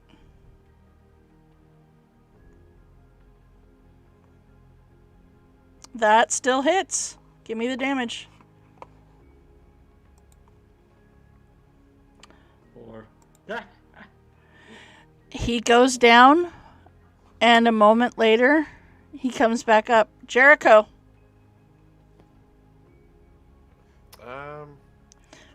You now realize that these are zombie creatures. Is there any particular detail why this one might be coming back up and the others haven't so far? No idea. And I'm not getting any magic off of these guys, right? Nope. Alright. I don't like that. Then he'll bonus action to move his hex back to the green. Okay. Or no, actually, It's on green. Yeah, it's on green. Okay. Yeah. And this time he'll try to blast it. Okay. Right. That hits. That. This. That. Again, he drops, and then he stands back up. It is his turn. Hell. He is... Welcome to zombies. We do to the other ones that we didn't do to this one. He's... I blasted the purple one and it still hasn't come back up. He's looking at Dr. Ink. Oh. Fliptastic! Okay, that hits me. Is it the bludgeoning? that what it is? Belle, it is your turn. I come forward and I say, rest, as my word of radiance showers him. Okay. Natural one, and with that, Drink. he is down. And back up. Power of Maliki, see. Back up. And back up. Oh no! Oh jeez, that's a huge That Constitution was save. radiant damage, though. Doesn't that Nope. counteract his Nope. regeneration? What Nope. was that about the power of what now? Nope. Radiant damage counteracts regeneration. Nope. Not for this one. Oh my goodness gracious me! Oh my! Can we just tie this one up and feed it to the alligators? I don't think the alligators want it. Yeah, I don't think they'll eat it. If they were hungry, they would have come and eaten these guys a long time ago. They And said that I- there are dangerous plants. I didn't think they meant this. This is some grade A bullshit. Can I How are you not? smash a flask of oil on it and light it on fire? You can certainly try. Okay, how do I try? We'll get a flaming zombie. That'll be great. In the middle of a garden. What could go wrong? If A you great hit it drink. with Actually, the- sounds like a really good if drink you- right now. If you hit it with the oil, I can hit it with a firebolt. It's true. Yeah, so you can Okay, I'll do douse that. it in oil. Okay, so your turn, you douse it in oil. Rika. Just like smash one on its head, and it just Yep. covered in oil. Yep. Firebolt. Give me a firebolt. That definitely hits. Come So on, big money, no whammies. he does not come back from that as he is set on fire. Yeah. Yeah. All right. So with that, you have made your way into this garden sort of place. And you have encountered the first of what may be quite difficult task of dealing with this garden. Since it is 9:30, I think that is a really good place for us to call it for tonight. We will pick back up from this location next week at 6 o'clock Pacific time. Okay, who are you curing, Lob? Myself. Okay. All right. I would cure someone too. Then go ahead and do, if that is what you're going to do.